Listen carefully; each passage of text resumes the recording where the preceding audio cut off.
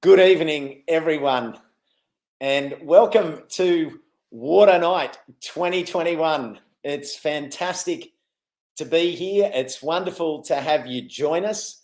And on behalf of everyone behind Water Night, thank you very much to everyone around the country that has signed up and become a participant in lots of different ways. We've got a fantastic evening's entertainment ahead with some wonderful speakers, families from different parts of the country, as well as some other dignitaries. We've got a mayor, we've got a minister, and some other representatives of different groups. So it's a real pleasure as an ambassador for Water Night to be able to co-host this event along with Chris Philpott, who I'll be introducing you to all in a couple of moments. I can see the comments are coming in already. Hello, Amanda, Amy, Robbie, Sharon, Michelle Foster, Wayne, and Belinda Harper.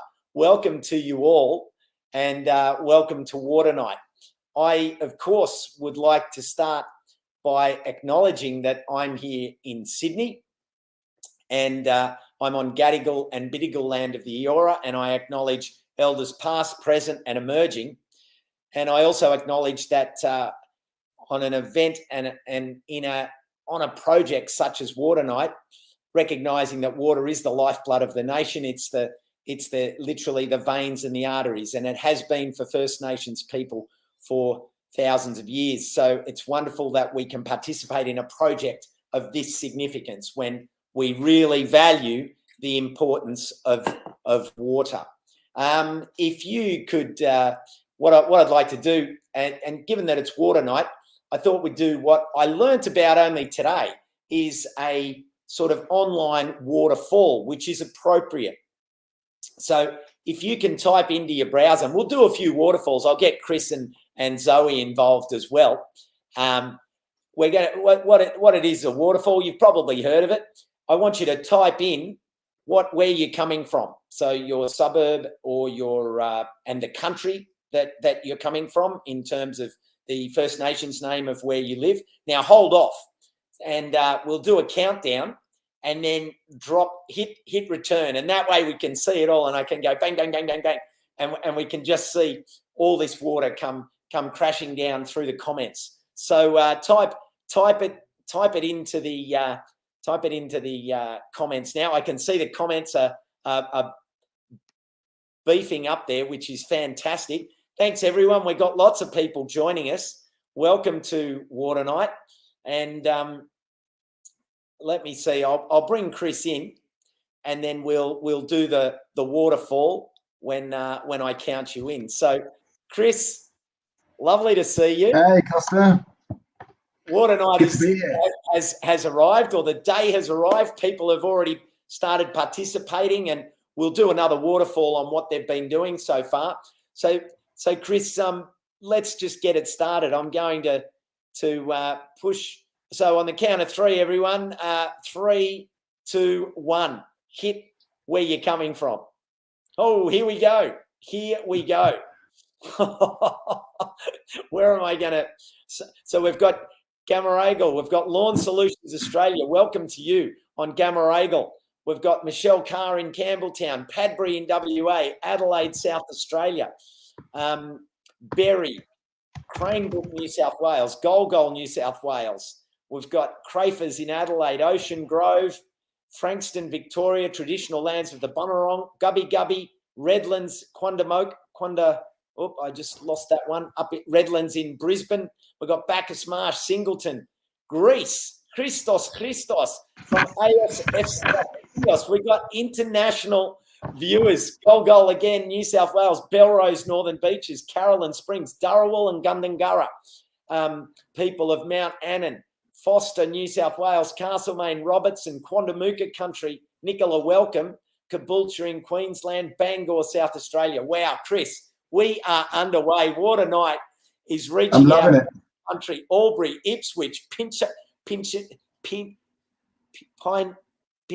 in Penola, Salisbury, Gloucester, Newman, Victoria. Wow, it's going nuts. Thanks, everyone. Hoppers Crossing, Sutton. Chris, bring us in. Give us a little bit of background about Water Night so that anyone who has a bit of an idea can just get a good feel for what's going on. Yeah, absolutely, Costa. Look, it's great here to be here tonight, and so brilliant to see so many people from all over different parts of Australia.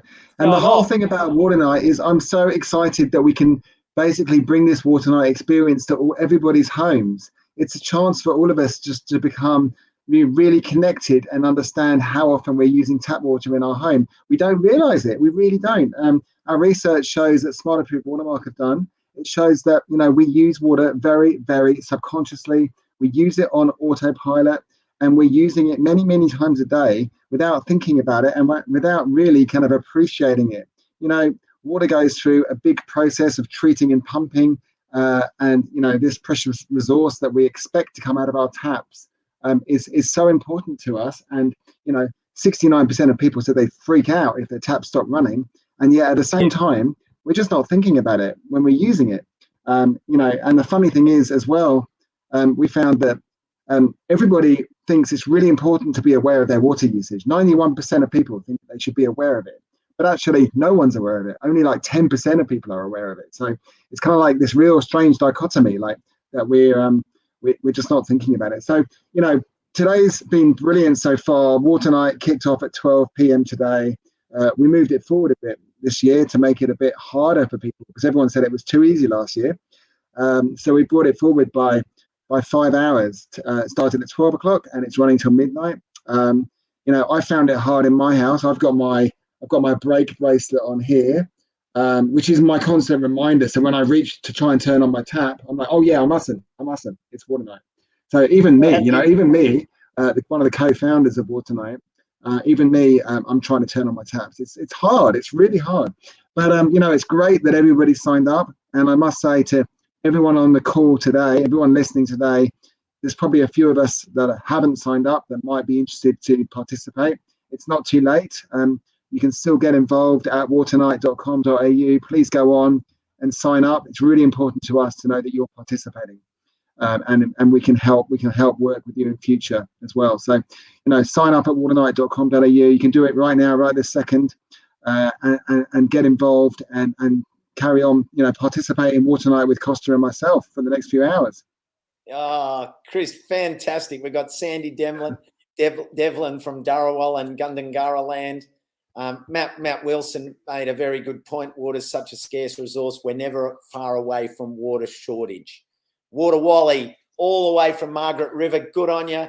Smitho, Katie Green, Frankie, Floyd and Pearl, welcome from all the way down there on the southern tip of the west of Australia. Now will we that's a good point there, Rachel Weaver. Drinking water is undervalued. It's a shame many don't often think about it until we're in drought. That's true, Rachel. Thanks for your comment. Bunurong Country, Matt Landolfo, welcome. Will we bring, here we go, Laverne Lehman, after 10 years of drought in the noughties, we still value the water we have. That's it. You know, there's muscle memory there, isn't there, Laverne? Uncle Ken in Banjak Country, welcome, Uncle Ken, over in South Australia. So will we bring Zoe and Darcy in? Yeah, let's bring them in there because they're integral, aren't they, to the whole Water Night expertise. Hello, Zoe. How are Zoe. you? Good evening, Costa. Glad to see you all looking so well and so shirted. That's it. Excellent. We are the Water Night uniform. team. Excellent to see so many participating, even young ones like my Darcy here. It's awesome. We've had lots of excitement across the nation about various different workshops for the kids, materials being shared out. Darcy, do you want to share some of the materials that you've been working on today? Yeah. What about these ones? In a second, Zoe. So we've got our Tap Guardians, our colouring sheets that are all available at waternight.com.au/resources.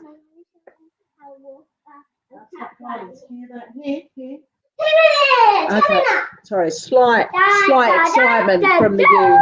So yeah, that's it.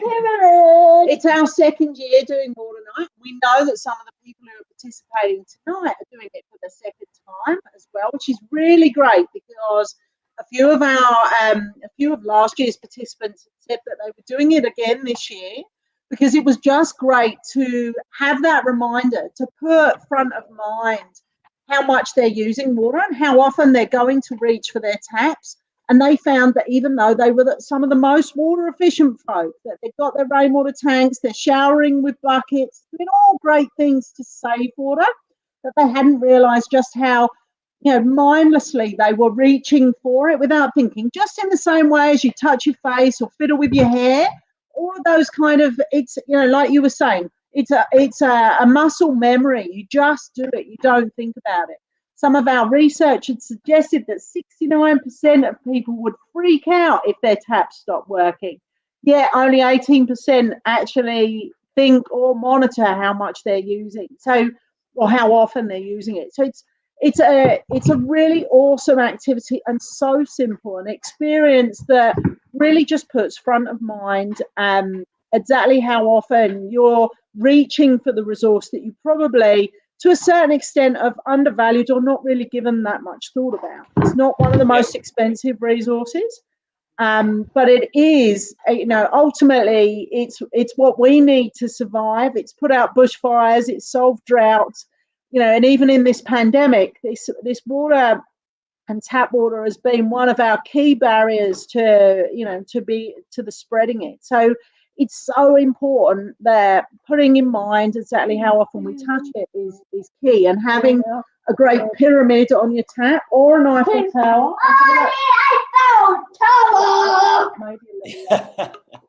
An Eiffel Tower we've got this time over the tap, something a little different. So it's been very interesting. Thank you, guys.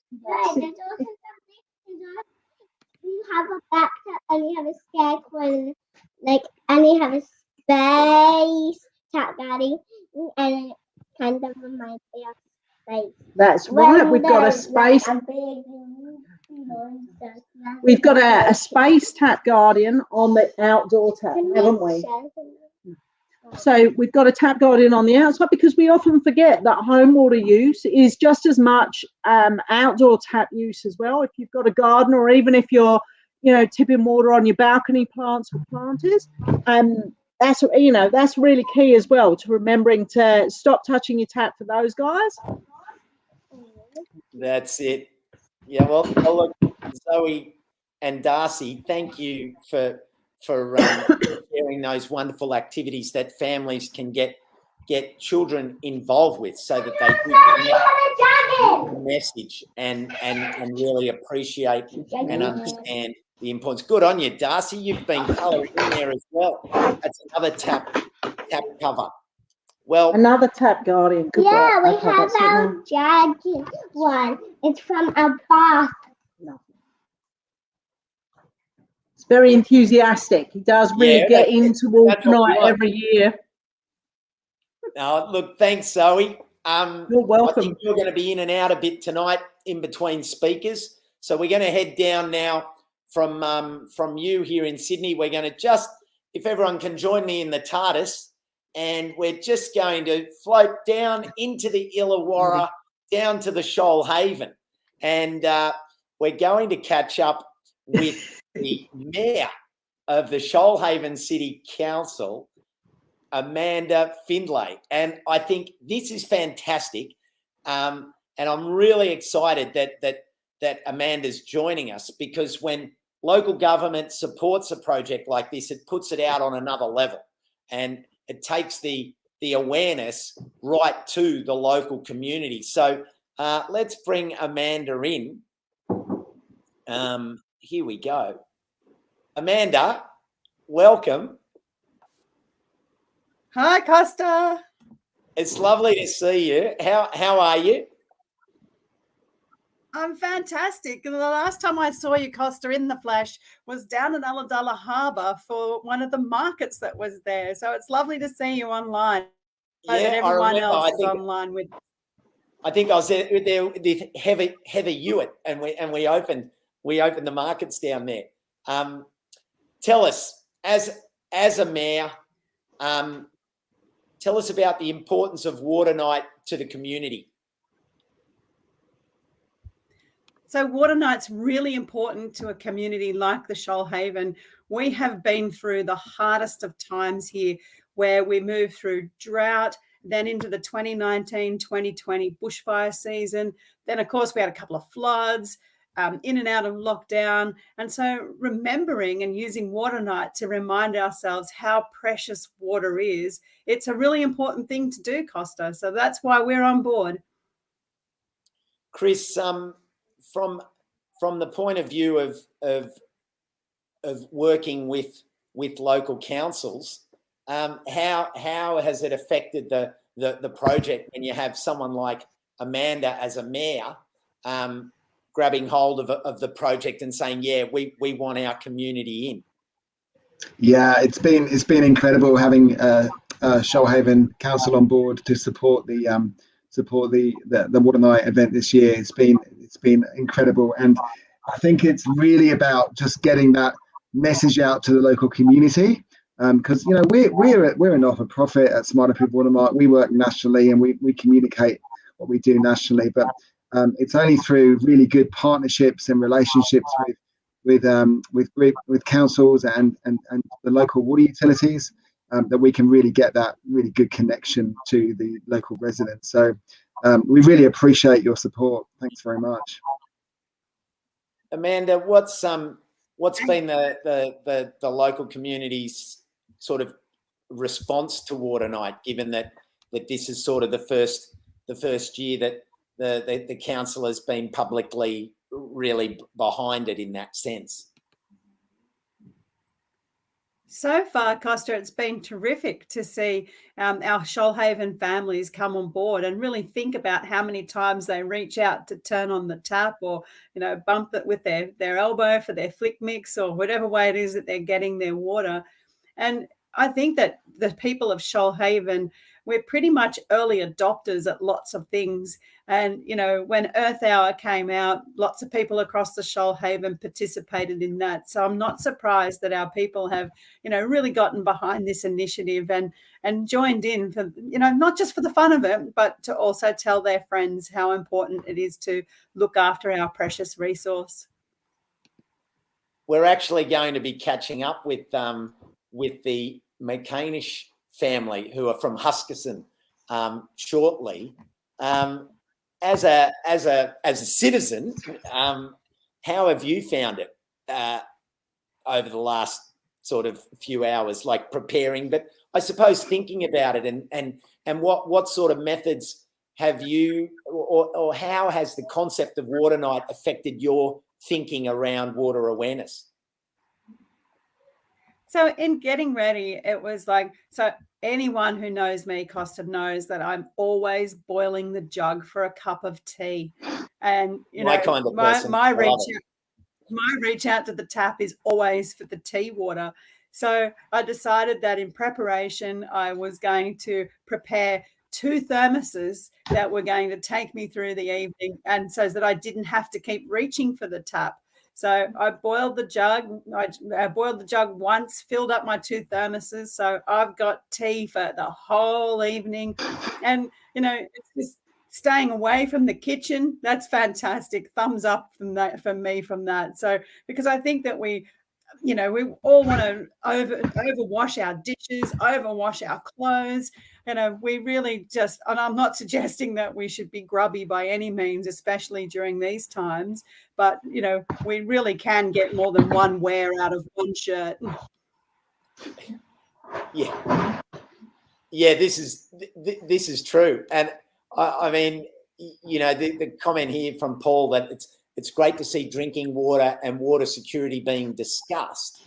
And then a wonderful comment from Melinda Pearce up in the Blue Mountains, having bought her house 22 years ago and no mains water, and raising 3 children with an appreciation for water collection. And Chris, this is really the essence of what you're talking about, because you're not just saying, hey, don't use water. It's more this mindset, isn't it?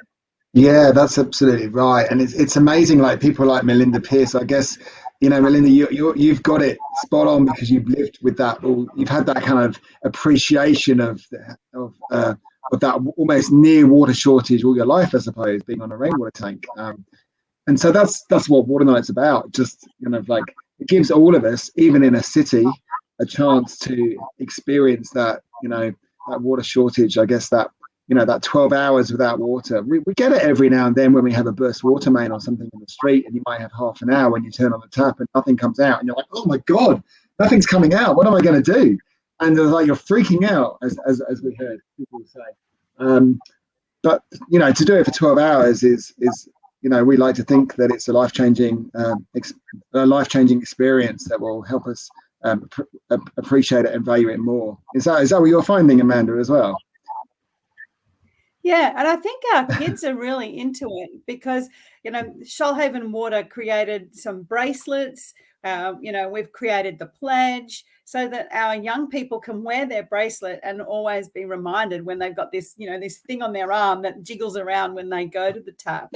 And I think that that's been a really important part of that mindset. So it is about the mindfulness, absolutely. Yeah, brilliant.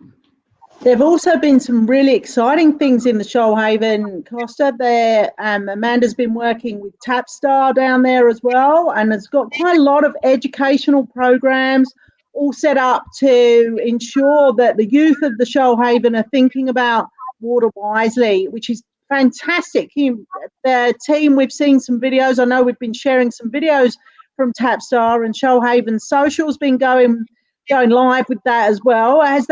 Has the Tapstar program been working great, Amanda? Oh, Tapstar and Dripette are so popular.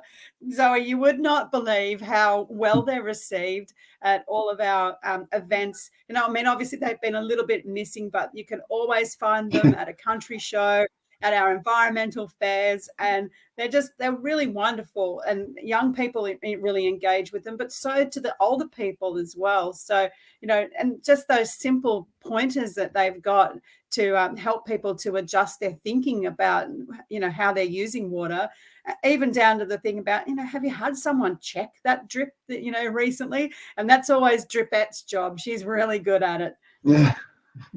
So that's awesome. Just for everyone listening, can you explain the Dripettes and the other project that you mentioned? So to give everyone a bit of a visual on Dripette and Tapstar. So if you can think of a giant water drip with a lovely face poking out from the middle of that drip, telling you to, you know, check out where the drips are in your house and to make sure you turn those leaky taps off. And then, of course, Tapstar, he's a cross between a superhero and a tap. And, you know, so he's got his big puffed out chest, but he's got a great tap head. And, you know, they're really engaging. They're really fun people. They've been doing this program for Shoalhaven City Council for many years now. And, you know, we can see the proof in the pudding because, you know, Shoalhaven Council's water education has really driven down water use across the whole of the Shoalhaven. So that's tremendous. Oh, that's fantastic. And I mean, for other people to hear about these projects and to encourage their local councils to do these simple things and not have to replicate, not have to reinvent the wheel, but just to take these modular ideas and roll them out across councils and across regions. It's really positive. So, you know, Amanda, thank you for the fact that you're bringing this from the top down, but then as a citizen you're bringing it from the bottom up. So it's wonderful that water's getting that level of priority in a council jurisdiction. And thanks on behalf of everyone here at Water Night and Smart Watermark. It's wonderful to have not only your support but your advocacy.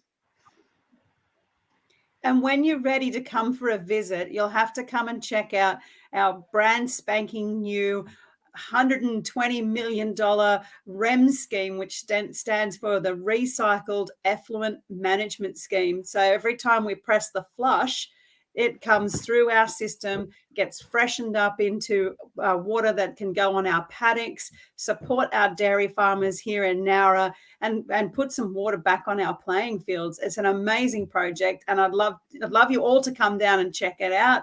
So there's an open invitation for you, Costa, and to Zoe and everyone else as well. Oh, that's great. Thanks a lot. Thanks a lot, Amanda. That's unreal. And look, here we've got Ange up on the Goldie saying, it's funny the difference between city and country councils and just that difference between water messaging. And we've got young Tad. I think I'm pronouncing this correctly. Tad, 8 years old. We use our shower water to flush our toilet. I mean, hello. Awesome. Awesome. There's 4 to 6 litres every time, and it's not a big issue to put a bucket under the shower. That's for sure. And just one more here. Thanks, Danny Franks, talking about respect, the cultural respect of water, and this is what you're talking about, Chris and Zoe. That it's this mindfulness. It's not. This isn't an exercise in control or sort of stop using water, because that's the wrong way to go about it. And Amanda, your messaging is just living and breathing that, which is fantastic. So I think now we're going to head to one of your households, Amanda. We're going over to Huskisson in the Shoalhaven, and we're going to catch up with Jamie. And I believe, there he is. I can see Jamie there. So you're happy to hang around? You're welcome to hang around, Amanda, if you're not busy, and let's have a bit of a party on here. So let's bring. Can we get 5 of us in there, Jack Costa? Can we? Yeah. We can. Hello, everybody. I'll bring you. Hey, Jamie. Hi. Hey, Jamie. Hi, Amanda. Hi, Jamie. Hey, Darcy. How you doing? I've been trying to get my 2 boys to come and say hello, but they're a bit shy. But you might get them in here. But anyway, thanks for having me on. And I live in Vincentia, and my office is actually in Huskisson, Costa. So I'm sort of at home at the moment. So it's like Piccadilly Circus here right now, but it's all going pretty well. You live in Vincentia. Oh, yeah. Well, hello. Paradise. I don't think you don't even need to mention the name. That is paradise down there. I know Vincentia as a holiday location, and you're telling me you live there. Excuse me, I think I have to go. Yeah, and that's Jamie, what I said to Costa the first time I met Jamie. And Jamie, if you think if we think it's Piccadilly Circus now, in about 5 weeks' time, it's going to be the full palaver. Yeah, when we can welcome our visitors, indeed. Yeah. But I think this initiative is excellent, and I guess just to carry on with your point about just taking things for granted, it's very easy for our kids to think that it is an endless water supply, and we've had a few droughts down here over the last few years. So it's really important to sort of instill a bit of education through community groups, through schools, and some of the initiatives to get the kids to understand that whilst there are taps, they don't necessarily need to be left on, or showers shouldn't be more than 20 minutes, and just using some smarts to try and make sure that we actually look after our resource and properly. And today, whilst our kids have been doing a few things with the guards and doing some drawings, their school have been actually doing some things as well with regards to actually being handed by my young artist friend, who did a little bit of creative work on saving water. That's great. Come and say hello. Come on. Brilliant. Come on, quick. Oh, your artwork is speaking for you. It looks pretty groovy. This is Dylan. Yes, awesome. Hi, Dylan. So he is the artist behind this one. So we've been trying to make sure that around the home we can do little things to make a difference. I mean, we already have a bit of awareness about using water a bit wiser than we than many people might do. Just things like putting timers on hoses, in the summer, washing cars on grass if they need to be washed. Don't tell them, but I fill the dog bowls up with the rainwater from the tank, and things like that, just to try and do a little bit. But today's actually been quite tough. Whilst we haven't all been here, it's so easy just to automatically go to turn the tap on, even when there was a tap guard. So we try to cover all bases and make sure that things have been covered and big no-nos. So I don't think the kids are going to be worried about not having a shower tonight. I think they're more scared about having a cold bucket of water to clean them down. But so it's going quite well. Yeah. We live in a sorry to harp on about it, Costa, but as you probably know, we've got 3 magnificent dams that are all within our LGA. And not only are they a really interesting concept behind where all the water comes from and things like that, which a lot of people don't necessarily know, and where it's supplies, but it's set in such a beautiful landscape. We got 3. In fact, we went to a walk last week as a family up to Dangira, which is I think it's actually a reserve dam, and then there's Bamarang and Porters Creek, which they're all 3 are absolutely spectacular places. So good to go and have a look at anyway, and they're very, very full right now. Look, it's wonderful to hear, and I mean, showing our children things like that, water reservoirs, our creeks, our rivers, our riparian zones, illustrating how our landscapes work, and that our landscapes are the arteries and veins or our rivers and creeks are the arteries and veins of our landscapes. When we connect those dots and understand that we are living on an artery somewhere, our house drains to the coast, it drains to a creek, which goes to a river, which ends up in the ocean at some point. All of these things are wonderful. And as Anna Greenwood said, that is one impressive drawing. Can we get another look at it? It's so important, Costa, to get the kids engaged at a young age. We'd realised through some research that we'd done that children and getting that information into children wasn't happening in the same way as it had done in previous generations. Parents were no longer talking to their kids about water-wise behaviour. Lots of the, sort of the baby boomers and the Gen Xers had parents who'd lived through a drought or who had been in a water shortage situation or some other kind of a shortage or rationing situation, and they'd instilled that information into the older generations. And then gradually, as the generations have gone on, we've realised that water-wise behaviour is not being passed down, and hence our Gen Zers in particular and younger are taking water for granted a little bit more. So these programs like Shoalhaven's Tap Start, Smart Approved Watermark has a Water Smart and Friends, which is a massive pantomime interactive experience as well, which I'm sure at some point we'll head to the Shoalhaven and Jamie's kids and that fantastic artist will get to see that too. It's just so important to get the information into children. When you talk to adults, again, as part of the research, we've been able to identify that something like 80% of them hadn't ever thought about the water cycle since primary school. So when we actually asked a lot of people how water got to their homes, just like Jamie's been talking fabulously to his kids about the dam and how it gets from one place to another, lots of our people in our research had a picture of a house and then a tree and a lake and river, but no connectors. So it's really interesting to see how we can start to instill that education and therefore influence that behaviour later. So important. So it's great that Jamie's doing all this stuff in his house now. I can see the Tap Guardian there and that fantastic artwork. It's just so good and so exciting to see the kids engaged in understanding a bit more about where their water's coming from. Sorry, I can see a guardian sneaking in there behind you. Very good.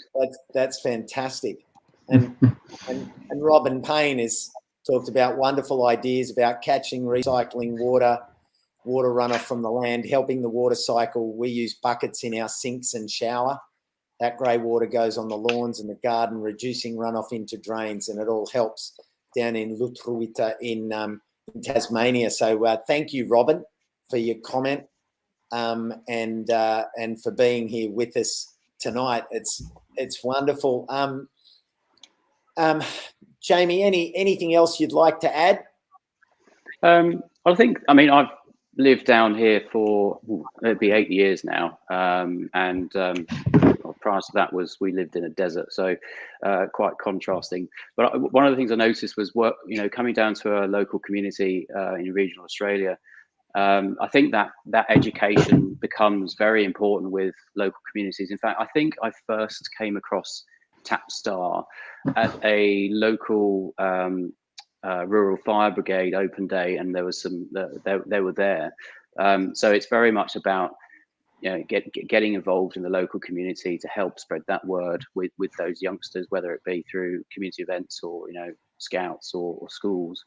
And they're without sounding cliche, they are the future, and they need to be given some guidance as to what they need to protect more of, because I think that we as a generation haven't been particularly good at it. And also with today's society being particularly, it's all immediate and we need this now. And I think that a bit of thought that goes into knowing where things come from and knowing that it's not an endless supply, I think is really, really critical. There's lots of little things that people are mentioning. Thanks everyone for the comments. G'day Cameron Barry, lovely to see you. Ange Oliver, Lee Riddell. We have gutters on the chicken coop to water the chickens. I mean, this is an interesting one for you, Amanda. Council regulations make it harder to install greywater systems. I mean, there's challenges in everything, isn't there? I mean, and you understand the issues around compliance and the health challenges of dodgy systems running into our waterways. So how's your council going as far as regulating and being proactive in this? So greywater systems are one of those really, they're right in the grey area, Costa, that's for sure. And I know that lots of locals have got, tanks that they pop outside near their window for their laundry and capture their water from their washing machine. But it's really hard to get off the shelf. So it'd be great if we could get off the shelf solutions that then could be pre-approved by councils. And then when people come to retrofit that stuff into older houses, then they've got something that's approvable rather than, I've seen so many really ordinary looking things. I mean, they work, but they're, held together with sticky tape and brown paper almost, and it's impossible to give those a tick of approval.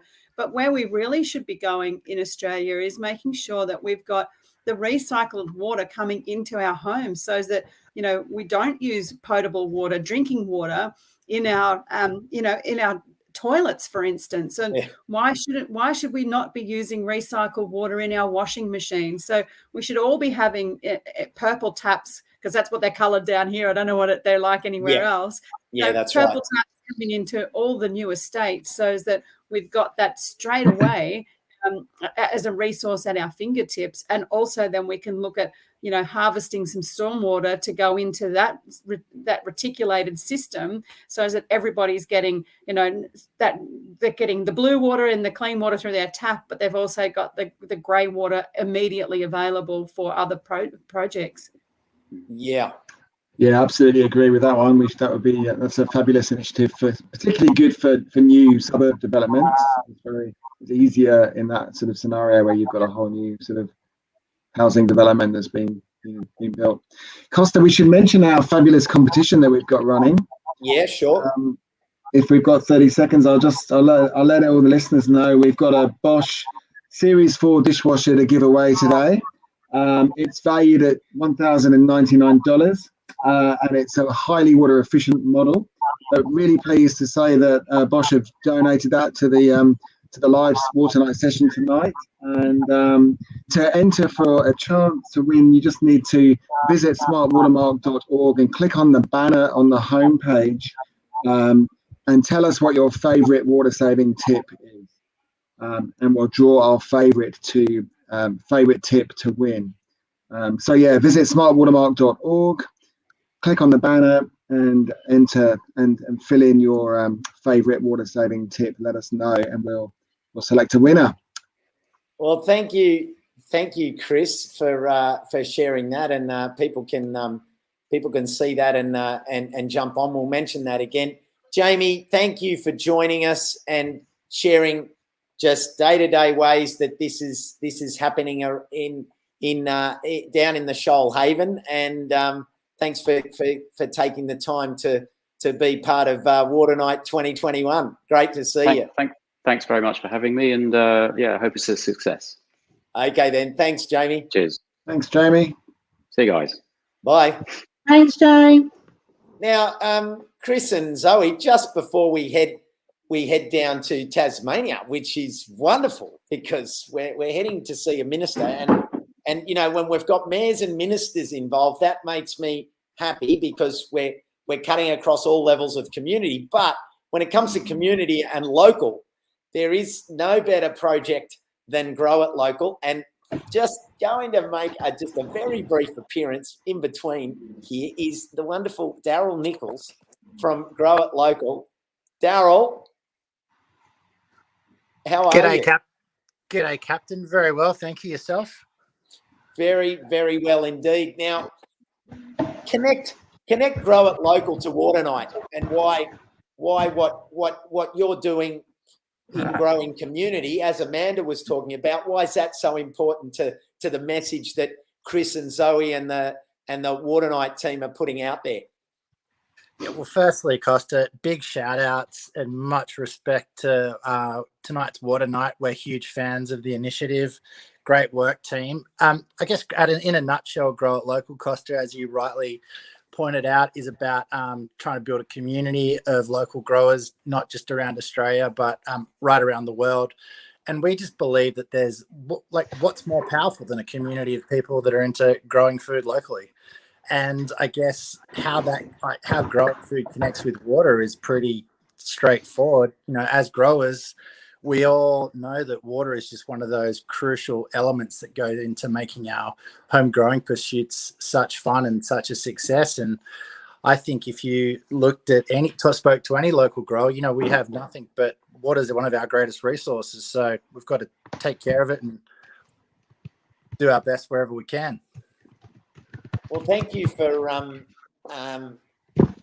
allowing us to share this broadcast out to the Grow It Local community as well, because you know, like anything, the more people that can see little live events like this and see that mayors and ministers and residents from suburban neighbourhoods out to rural regions are all part of this, and it's wonderful to be able to bring the Grow It Local community in. So thanks heaps for being with us tonight, Daz. Don't be silly, Costa. It's absolutely our pleasure. All the best with the rest of the evening's proceedings. Okay then. See you later, mate. See you, mate. Bye. See ya. All right. Well, Zoe and Chris, it takes us to our next guest.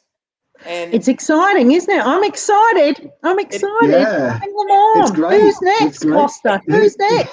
Well, everybody into the TARDIS, pack in. Here we go. Seatbelts over. You've got to put the aeroplane seatbelts on, because we are flying from the small island to the mainland. We're off to Tassie, and yeah. You know, on behalf of Smart Watermark, Zoe and Chris and the team, what a pleasure that the Honourable Guy Barnett, MP, Tasmanian Minister for Primary Industries, Water Resources, Trade, Veteran Affairs, Energy and Emissions Reductions, has agreed to join us on our Water Night event. Minister. G'day, Costa. G'day. It's so good to be with you tonight, and right from down here in our island of Tassie. This is the most beautiful state in all of Australia. We love it, and one of the reasons is because we've got bountiful amounts of water, and we want to use it really wisely, and that's part of our plan. It sounds great. It really does. You know, from the point of view that that you as a minister are keeping your pulse, keeping your finger on the pulse of events like this, and connecting the bigger picture issues of water to those actions that every individual can take, like someone like Jamie and his family. But then you've got the mayor, and then you've got you with your work. How does this fit in with your work as a water minister and managing water authorities and those big picture challenges? Well, it fits in really well, and it's a great honour. And just a heads up that in Tassie, we have 1% of Australia's landmass, 12% of Australia's rainfall, and 27% of Australia's water in storage. So that's really important. It's a natural asset, and we want to use it really wisely. We use it for our hydroelectricity, for example. We're 100% fully self-sufficient in renewable energy in Tassie. So thumbs up to that. We've had zero net emissions 6 of the last 7 years. We've just now planning on a 2030 target for zero net emissions. So it's part of the Tassie brand, and we want to use our water really wisely. And just today I've been out in part of rural and regional Tasmania in terms of using it for irrigation purposes, for our farmers to grow our peas and our potatoes and broccoli and carrots. We grow more than half of Australia's processed vegetables right here in Tassie because we can access reliable water. So, for example, 8% of our agricultural land delivers more than 50% of our agricultural products. It's fantastic. A lot of that's exported into the mainland, of course, and then overseas. So we're certainly a breadbasket in many respects. But we've just released our rural water use strategy. We've recently appointed a rural water roundtable of all the best brains in Tasmania on how to use our water really wisely. And of course, TasWater in Tasmania has just had a big international award with the best drinking tap water in all of the world from Rossarden. It's a little country town in central Tasmania. We're so proud of it. It's the best tap drinking water in all of the world. The competition was held in the USA just a few months ago. So we're really rapt about that, and it was great to celebrate that with TasWater and the local mayor and the local community at Rossarden not so long ago. That's fabulous. That's amazing. I'll have to get down to Tasmania to see you. I want to try this drinking water. Well, I'd love to be on the panel. I think that's what would be really cool, is just to try different tap waters from around the world, just to see how different they are and see how special yours is, Guy. Well, we reckon we've got the best. We've got a world-class water resource, and we've got a world-class wind resource, and we've got the cleanest wind in the world. We've got the best drinking water. It's the most beautiful, best state in all of Australia. So we're sort of romping at home, and we're kicking butt. But in terms of, I think it's terrific to be with you tonight and just to fly the flag. I love growing my vegetables too, Costa, and we keep an eye on some of your tips, my wife and I, and love the veggie gardening. And I've got that compost going, and making sure that we use the water in the veggie garden wisely as well, with lots of compost. And those worms in the compost are doing a great job, by the way, Costa.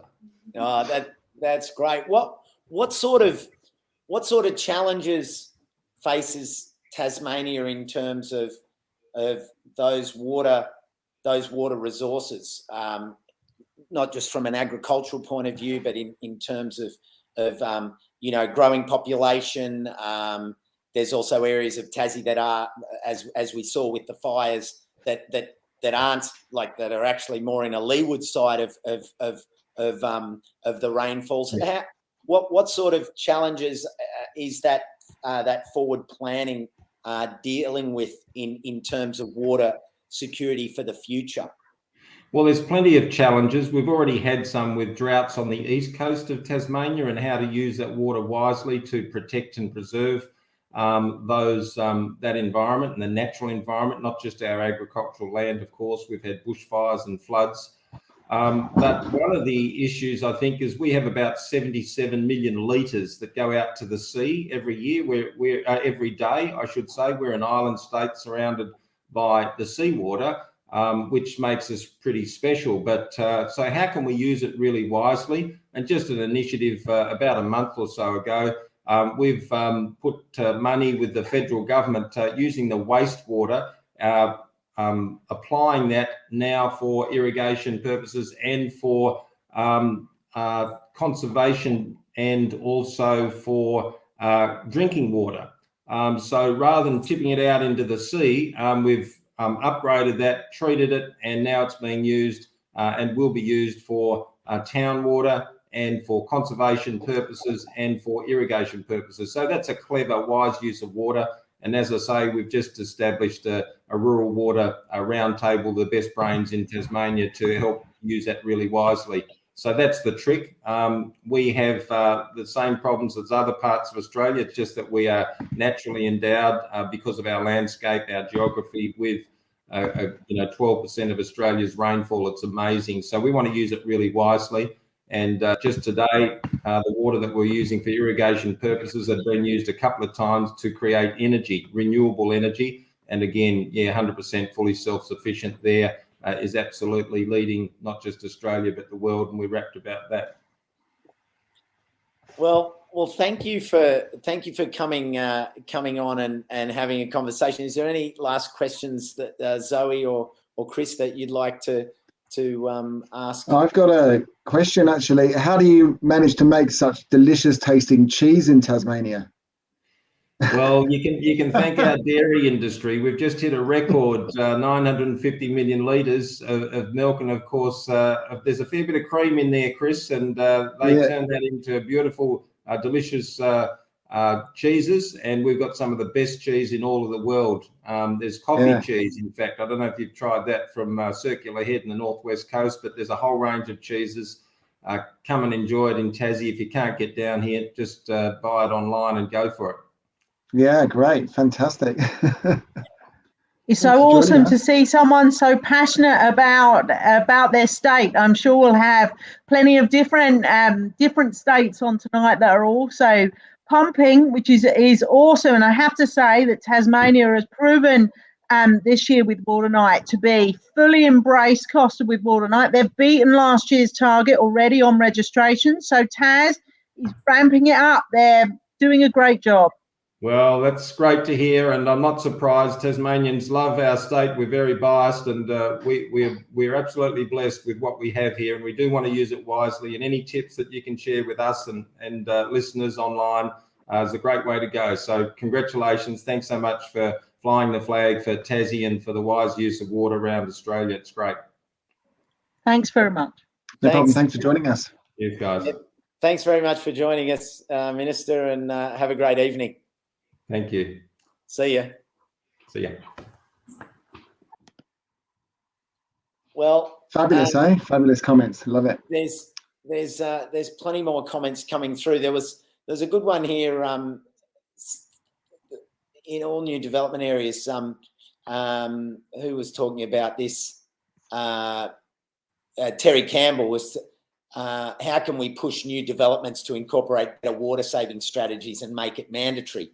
Well, that's the sort of thing that comes in with those two tiers of government, from a local government point of view and then from a state government point of view, where we implement that purple pipe, that recycled water. We implement more rain gardens. We get away from black roofs in suburban areas, just literally being a heat sink. There's so many ways. We mandate rainwater tanks, and that they go in at the beginning of the construction. There's lots of little things that can go on before a house is there, but then as Water Night espouses, what can we do to and with and inside the houses that are there now? And that's really Chris and Zoe, what we're hearing about from people this evening. Just the simple things that they're doing, to help this process. But it's not going to have ultimate success unless the people at ground level are doing their thing. But then that's filtering from the top as well, and the actions from the ground influence the top, and then the top washes down. It's like one of those those Zoom waterfalls. We need it falling down and influencing everyone. Now, it's interesting, Costa, that research, sorry, just to your point about everyone and that it takes everybody. They were saying that in our research that we'd found that there was 12.2 billion minutes a week of running taps. That's a lot of water. So Aussies have taps running for 12.2 billion minutes a week. It works out to be on average something like 68 minutes a day, or 68 minutes a week. Chris might be able to remember what it is. 68 minutes a day per person in a house of running tap use. And that could be just little bits and bobs, hand washing, rinsing, dog bowling, and all of the other things that you don't think about. But think about that. There's 68 minutes a day you're running a tap that I bet you haven't thought about. And that's why tonight is just so important. It's about being mindful of every minute that you're using water. It's a key thing, and everyone does it together. Then we use less, and therefore we need less. It's we can manage things better if we're not all demanding such an enormous amount of water all the time. That's a rattler. That's a rattler of a comment, because you just think, oh no, what are you talking about, Zoe? You're kidding. 68 minutes? No way. That can't be true. But what you're saying is that's the average. But that's the average when you look at, those days when, that tap's running, the garden's been watered for 20 minutes. This is going on, that's going on. There's days where there's more and less. And this is running water. This isn't even your whole house's water use. And correct me if I'm wrong, Chris, but laundry going on and all those kinds of things. It's not necessarily including that. I'll double check the stats. Your dishwasher. But this is just tap running. Yeah, it's just the tap and the shower. Tap and the shower, I think it was based on. Yeah, absolutely. Running water. So it's running water. It's bedazzling to think that there's over an hour of our day spent with water and we don't think about it. It really is, isn't it? The big figures are kind of scary. And 12.2 billion minutes. It's not scary and that's what it's all about tonight. And because it's not scary if we're thinking about it, and actually using it properly, and using it wisely and using it and not wasting it. That's it's only scary. It's only scary if we don't know about it, So Costa, have we got is Luke Richard from Tasmania? I can see him there. Luke is waiting. Luke Richard is the climate change strategy lead for Tas Water, and he's here in the green room, and it gives me great pleasure to just bring him in. Let me just turn that out. I'm just trying to work out where this. Yeah, here we go. So, Luke, welcome. Thanks for your patience there. Lovely to see you. How are you, Luke? Yeah, good. How are you, Costa? Chris, Zoe? Hi. Yeah, well, nice. Thanks for joining us. Yeah, cool. Thanks for having me. So, Luke, give us a bit of an idea of your role with Tas Water. Sure. Well, I guess my main role is usually the lead for the drinking water quality scientist at Tas Water. But I'm currently working on a side project, which is a fairly large one, trying to set up a climate change strategy for the business, how we're going to adapt to our changing climate, and how we're going to mitigate our impacts on I guess global climate change. So that's in a nutshell what I'm doing at the moment. And what areas, where have you begun that? Because that's like you're kind of you've got the goggles, out, looking at this big picture. But I've been talking on radio about Water Night and saying how Water Night may be Water Night today, but everything about what we're thinking is about opening those blinkers and those goggles up to the level and approach that you're applying. Yeah. Look, for us, it's trying to narrow down where we can take everything into bite-sized pieces and really get traction. And water security is a big part of that. We want to make sure that we have enough waters for our communities, not only now but into the future. We're looking at how we can protect our communities from bushfires and make sure that they keep getting the essential services they need. We know in Tassie that major storm events are going to increase in frequency. So we need to make sure our treatment processes can handle that, and that our sewage system can cope with that increased load, and we keep our beaches and coastal areas safe. So for us, it's trying to narrow down and do as much as we can now, so that we keep providing that good, clean tasting water to our customers. What's the most exciting part about your work? What's waking you up around water? Waking me up exciting or waking me up worried? Both. Let's start with let's start with worried first. For me, it's those big storms and those major events like the bushfires. Bushfires obviously can really impact your catchment, and if you lose your catchment, once it does rain, the water that's going to come down is going to be really manky. It's going to be really hard to treat, and it's going to be hard to provide that clean water to our customers. But even those big rain events, they can just wreak havoc on a catchment. And the water that comes down those rivers and creeks, man, it's really hard to treat. So it's kind of counterintuitive when it's pissing down rain. It's really hard to get water to people. So that's what keeps me up at night.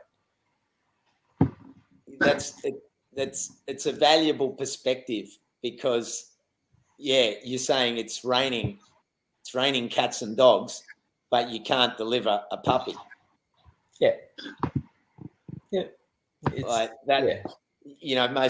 That is counterintuitive. That it's like, the rain's coming, but if that rain is coming but it's not being captured, and this is what Smitho's talking about from down in WA, building houses with these things, with retrofitted irrigation, with retrofitted grey water, or not retrofitted, with fitted, because it's a lot harder to retrofit things. And when that's just building ready, then it just means that's how we move forward. Everything just has that. And you don't go, oh, is it an option? No, it's not an option. And then that makes elements of your work flow much easier. Yeah, and I guess that's why we were really excited to be involved with this water night. We wanted to help encourage Tasmanians to be more mindful of how they use their water every day. And I guess for us, water conservation is important year round, because that's when you start building those good habits, so that we're ready for times when there's less water to go around, like in summer. And we know that these times of low rainfall, they're just going to keep coming and be more and more frequent as climate change continues to happen. So it's important to kind of get those steps right. And I guess for us, our number one priority is to supply Tasmanians with clean, safe, and good tasting water. And we know our customers look to us to take the lead on water conservation. So I guess we're hoping that people realize how often that we actually reach for the tap, and that they'll, we'll all want to make a difference, because to use water more wisely. You've done a fabulous job promoting it to your community, I have to say. I think Tasmania's got the most amount of registrations in the whole country. So well done. Yeah, you've done so well. What's your magic touch? We need to communicate that to everywhere else. We've had a lot of help from some of our owners. So we're owned by the local councils in Tassie, so they've done a really good job promoting it for us. And some of the other businesses have been really helpful as well, like Hydro Tasmania and Aurora. They've promoted it for us, so it's really great. And we've used our normal means, social media, websites, the print media, anything we can to get to our customers. Yeah, it's been good. It's brilliant. Yeah, thanks for your support. It's fabulous. And how have you found the experience tonight? Have you been challenged by not being able to use the taps? Yeah, look, it's one of those things. Working in the water industry, I consider myself pretty, I guess, water aware. We talk about the importance of water conservation pretty regularly at my house with my 4-year-old daughter. So we've got her, playing some of the games and preparing tap guardians and things like that. But it's, even for me, I've found it pretty eye-opening how often you just subconsciously reach for that tap to do something small.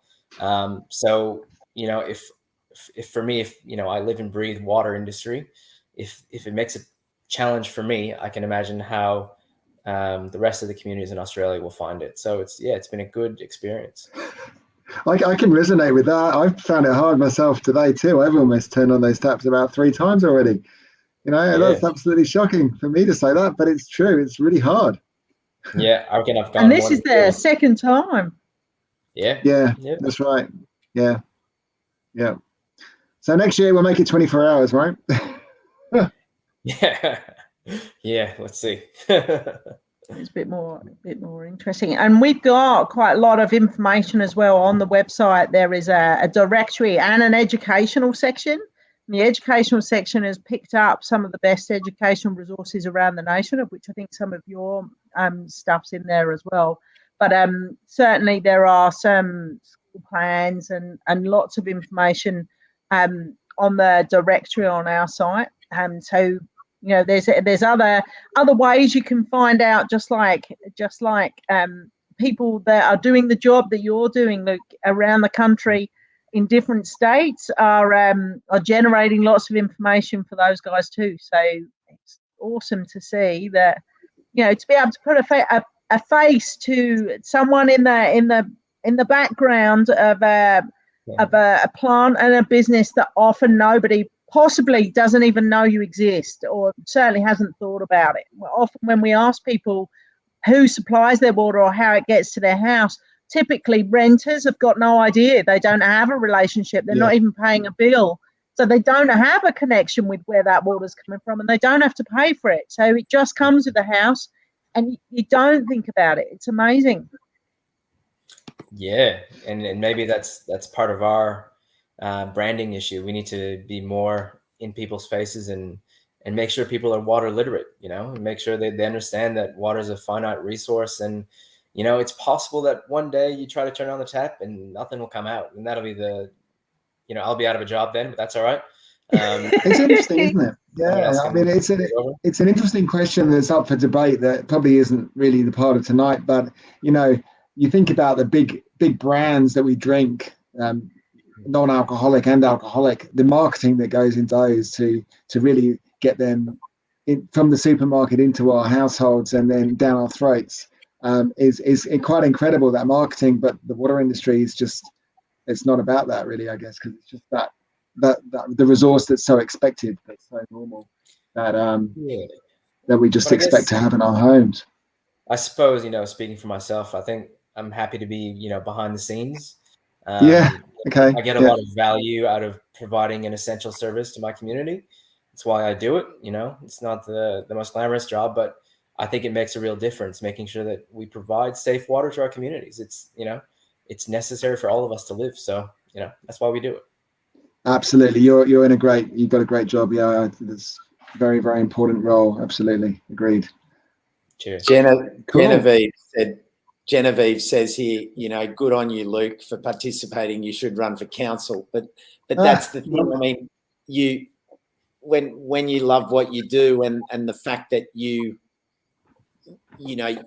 value the role that you're doing as a representative of the community, and that doesn't mean that you're representing in the council chamber, but you're representing in the actions and in the policy and in the implementation of these things that then turn the actions of people doing change on the ground with their family.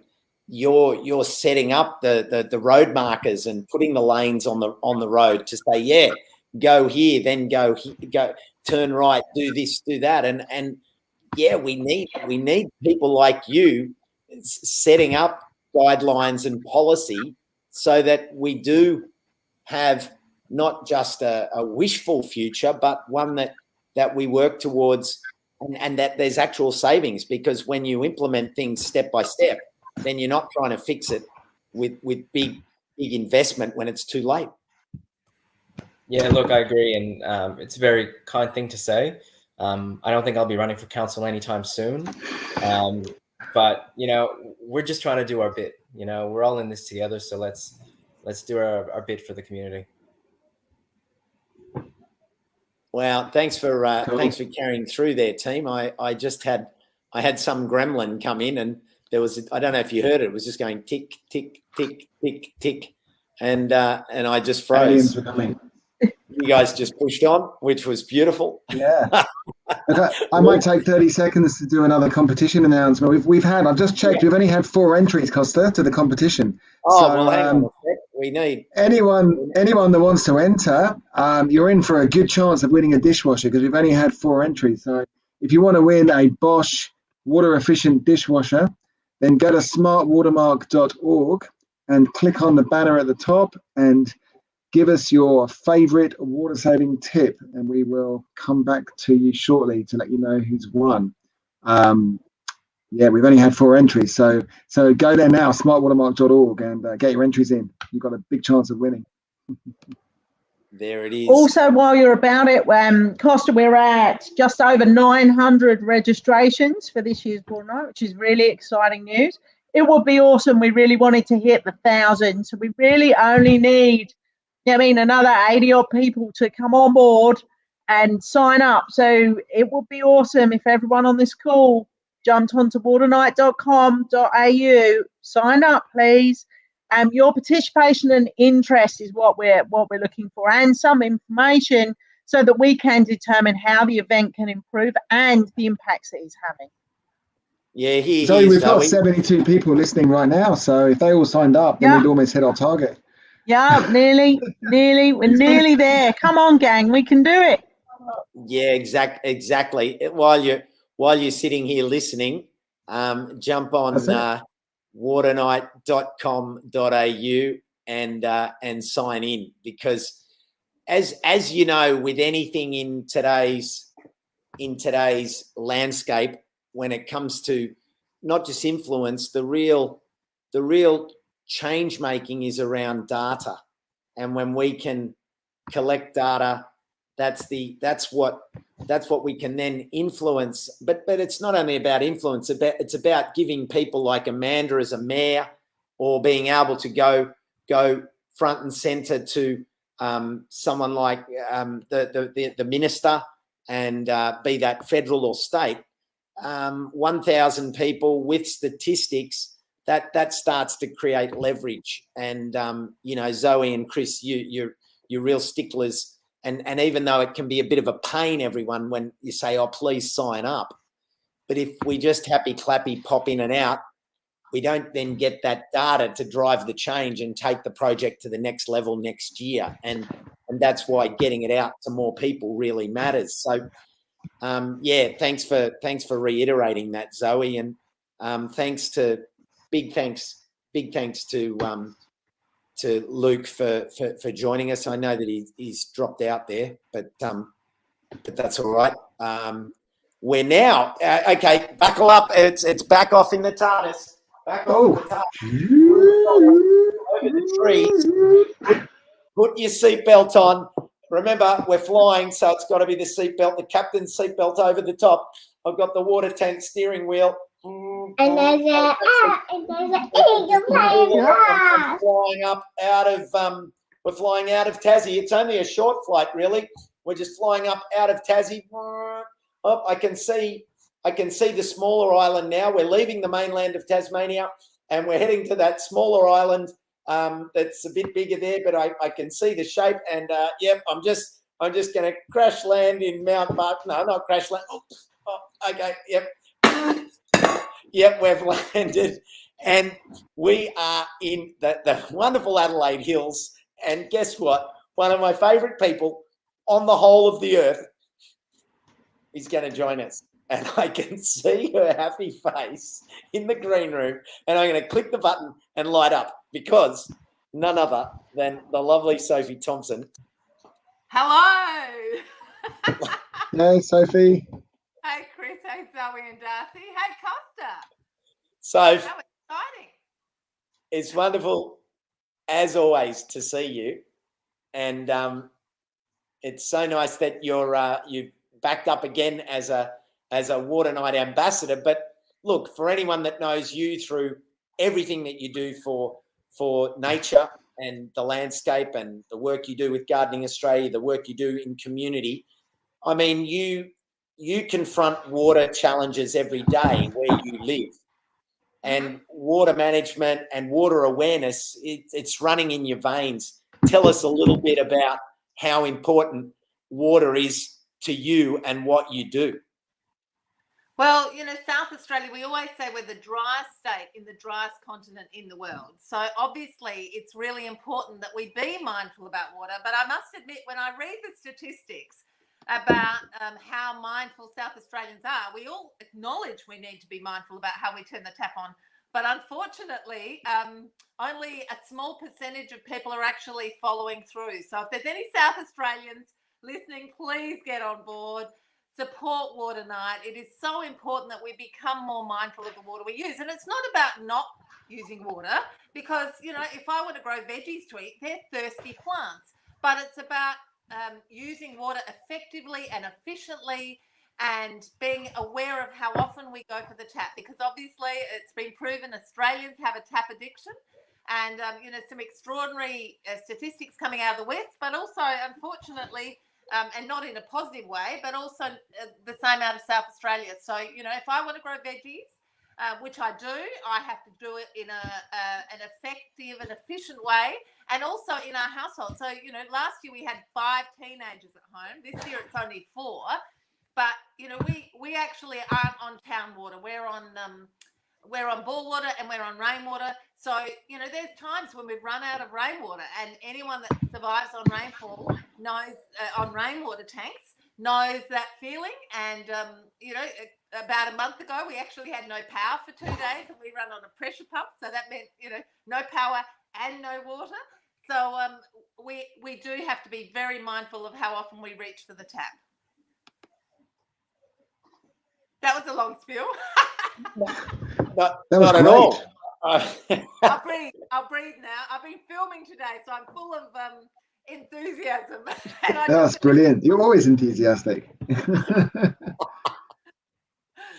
And it's perfect there. Well, it's exactly right. There is a tap addiction. You're absolutely right. It's all about mindful tap use. It's not about not having it, even though there are people that are, threatened with that, with rainwater tanks or droughts or other things. So, it's really good. This is that experience. This is that opportunity to experience what it would be like if that tap wasn't operational, without it being a desperate scenario. And it's that experience that, added with some knowledge, will really help to change behaviour. So it's awesome. It's awesome. Exactly what you're saying. Absolutely. And, I spend a lot of time in rural areas, in communities that are suffering, or that have been through challenges. In the last, let's say, 18 months, it's been since the bushfire, 22 months actually, bushfires in South Australia. But also I do spend quite a bit of time in drought-affected communities. And that's where country people are very mindful of water, because they know what it's like not to have enough. So, really it's about bringing that mindful mentality that you don't waste water. Every time you reach for your tap, you do it acknowledging what you're doing, and bringing that sort of country mentality to the city. So there's a great question here that I've just put up on the screen, and this is something that I know we both advocate for this in a lot of the work that we do. But to you too, Chris and Zoe, but Sophie, take it away. Sunrise Glossies has just asked, but how do we get more young people involved? That's a great question. I think it's lead by example. If kids see you being mindful and you talk to them in your household about that, they're going to follow suit. And then we can think of school communities. If teachers are mindful, teachers of kindy kids and primary school kids, they're revered. It's a different story when kids become teenagers. They can disappear for a little while. But, when they're little, they're totally open. They're sponges. And so if teachers and people in position of influence are leading by example, kids will follow on. And then kids will go home and tell their parents, just like kids are growing veggies at school and then go home and tell their parents, I want to grow veggies. So, kids can actually lead the change. But the best thing is be an example in your community, be an example in your household. And if you're in a position of influence, such as a teacher or, a carer, again, lead by example. You're so right, Sophie. We found that the young people are really they really want to do the right thing. You know, they want to do the right thing, particularly when it comes to the environment and climate change. The trouble is they don't really know much about water. They're not being taught it, and they don't know or understand much about water. So unfortunately, they're having long showers. They're actually using water for over 1 hour more a day per person than the average person in Australia. So something like 2.5 hours of minutes of water use per person per day for a Generation Z versus just over an hour for an average age person.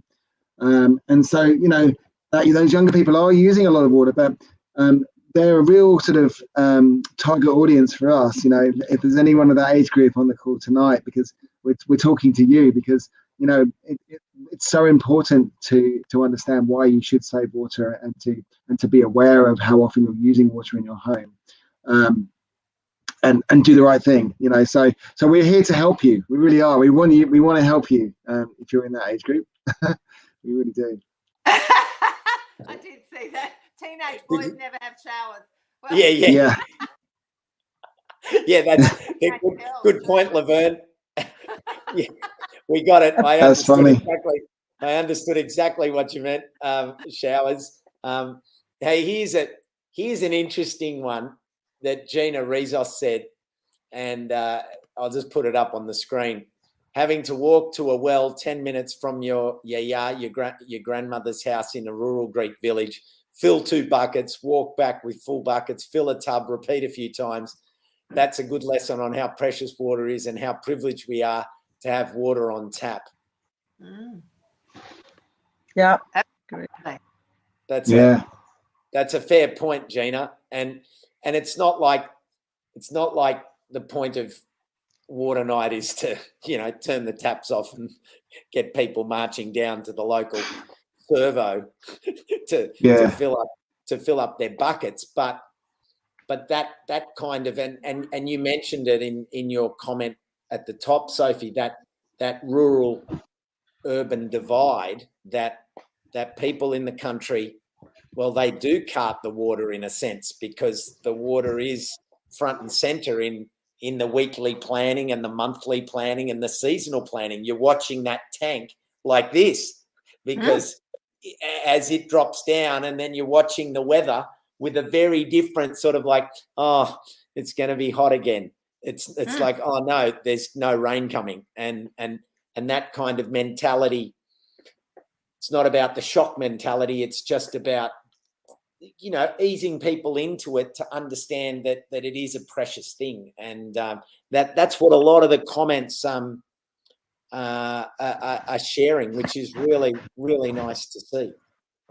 It was interesting, Costa and Sophie, some of the research that we'd done, whilst there was definitely a skew towards the rural, you know, more rural Australia being a little bit more water literate and a little bit more water aware, what we found was that this tap issue was still big. When we've done Water Night, the actual interaction with the tap. So people are mindful that there is a limit amount of water they've got. They're thinking about water efficient products, water efficient processes and behaviours. But that mind muscle that we were talking about of going to the tap, it transpired that wherever you were in the nation, whether you were down in lush and beautiful Tassie, or whether you were, you know, sort of up in the territory, there was still that connection with, oh my gosh, I'm the most water efficient person. I thought I was, but gosh, I'm connecting with it. I'm grabbing that tap. And even we have Tenterfield as one of our sponsors as well. And those guys really went through some hard times there, sort of towards the end of the drought with trucking and all the rest of it. And still, it's that interaction, even though you know that water has been moved there and that it's precious, the actual connection that you have, unless that tap runs dry, you're always going to think it's going to flow. And there is a thought process there that says this is just how it is. I touch the tap, water comes out. Your expectation, rural or not, is gosh, it's going to work. And I just think is interesting to see, even though people are very familiar with the amount of waters they've got in their tank and they're mindful of that and their behaviours, the tap addiction is still prevalent. It's still a thing. Yeah, because it's something that we just do. It's something you just do. You turn a tap, you wipe something down, you see something, you do it. You don't think about it in this, in the same way. Similar to how they did Earth Hour and energy. You know what I mean? When you're then, okay, don't touch your lights for the night, don't put lights on, you're in a candle, you're in a dark room. It's very obvious, you know what I mean? But the water thing is actually a little bit more sneaky. It's got you there. It's got you in a couple of different rooms, even outdoor in the garden. There's an opportunity to twist. There's an opportunity to go for it. But no. I mean, I saw it 2 years ago, back in 2019, because I use my pool is a nature pond, and I use that to just draw the water out. And in a space of a couple of really hot weeks, like it just dropped like that much, like a ruler, 300 millimeters. And it's only when you see, and that's what country people on the land, or even just in rural areas, they understand it, because they watch the mark on a tank. Yeah. It's just one of those things, and it's really lovely to see that that conservation thinking, the law of conservation. Water fits a space, and as it drops, you're seeing it in a volume, not a concept. It's like oops, and that's what happened with the dams. And so yeah, it's a nice line between raising awareness that requires a bit of a jolt, but then not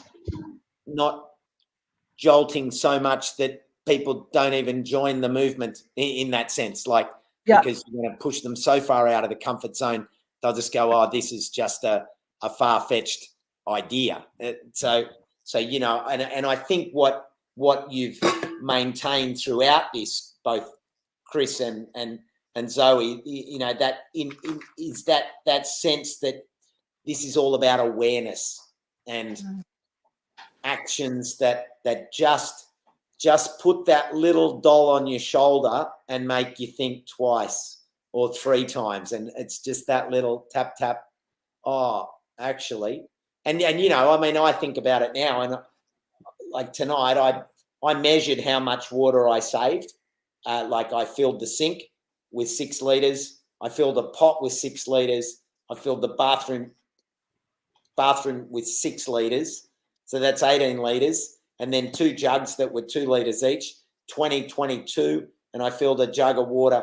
So say 25 litres. So at the end of tonight, I can see how many litres that I've used over the 12 hours. How much have you got left, Costa? Hey?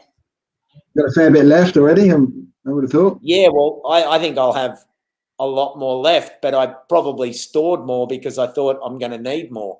Yeah, it freaks you out to think that you've not got it. Can I also say, Chris, I know you and I have had a conversation because, South Australia is such a hot state. Where I am, I'm hotter than Adelaide. So if it's 42 in Adelaide, it'll be 43 in Mount Barker, it'll be 45 in Murray Bridge. And, we're hot and dry here. There's no humidity in the air. So one of the big concerns for me is the urban heat island effect, where our cities are getting hotter. And the best way to mitigate against that is to have more green space, more trees, more gardens, every bit that we can possibly green up. And initially, when I first had discussions with you at Smart Approved Watermark, I was saying, look, I want to keep our gardens green, but I still want to be involved in being aware of our tap addiction. And you had some great feedback on all that, Chris. Do you want to share that now? Yeah, look, I think it's just all about efficient use. It comes back to that efficient and sensible use of water, that you can still have a green garden if you're using water wisely. If you've got for example, a Wi-Fi irrigation system that's been well installed and connected to the weather, then it can water at sensible times, and it turns off when there's rain coming, and so you're using a very small amount of water and you're using it very efficiently. and your garden is beautiful and it's growing well and it's green and it's and it's doing that job of kind of cooling the city, as you refer to. I know that's a big thing in Adelaide, and an important thing and a sensible thing. But we don't need to use tons of water to do that. We can do it in an efficient manner, and that's what it's all about. And I think, bringing it back to Water Night, I suppose, we don't necessarily think to use water efficiently if we're not aware of using it in the first place. And so that's why it's so important. That's why I'm so behind the Water Night initiative as part of the Watermark. That's why I think it's so important, because it's only through initiatives like Water Night that we're going to become aware of our water use, and then think to make our gardens water efficient and use water efficiently in the home and that kind of thing. So so that's what it's about, really. And does that answer your question, Sophie? I think I know you do that all the time, but a lot of people may not. And I think once they've participated in Water Night, hopefully they might start to become more aware. Sounds awesome. Yeah. Costa, do we have Nick and Tony on the line by any chance?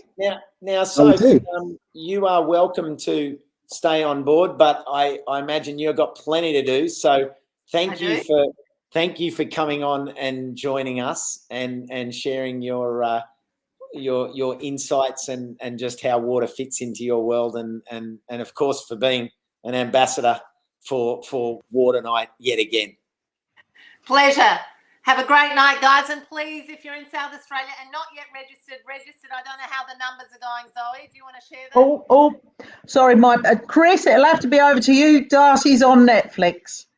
Yeah, one sec. We had all of my devices have gone dead. 2 iPads and a 925. So anyone on the line, please sign up at waternight.com.au. Looking great.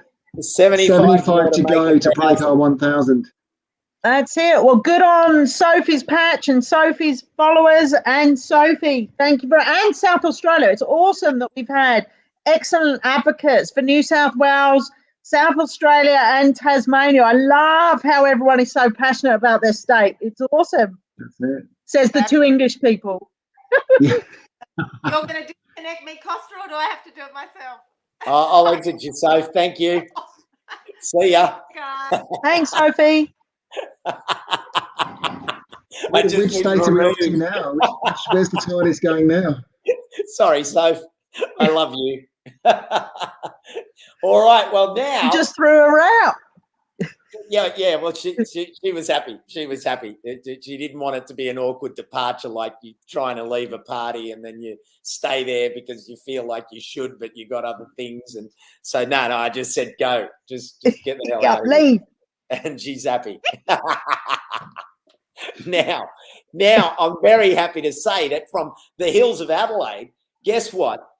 Join me back in the TARDIS, because I see our next guests, and we are, okay, please, taxiing now, ladies and gentlemen, all aboard the Water Night flight. We're now departing.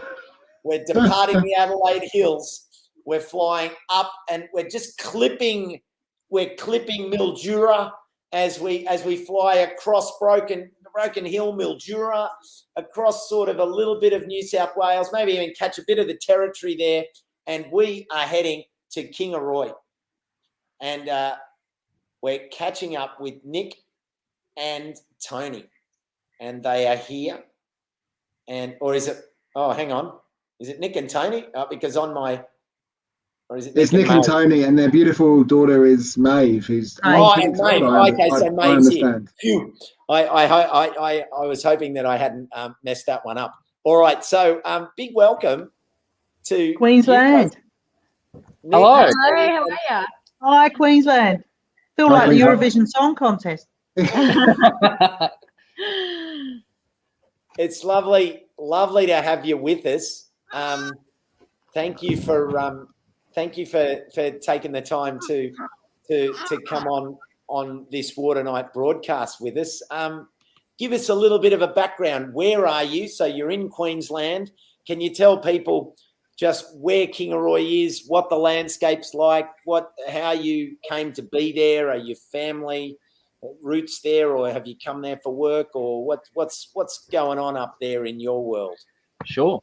So Kingaroy is about 2.5, 3 hours sort of northwest of Brisbane.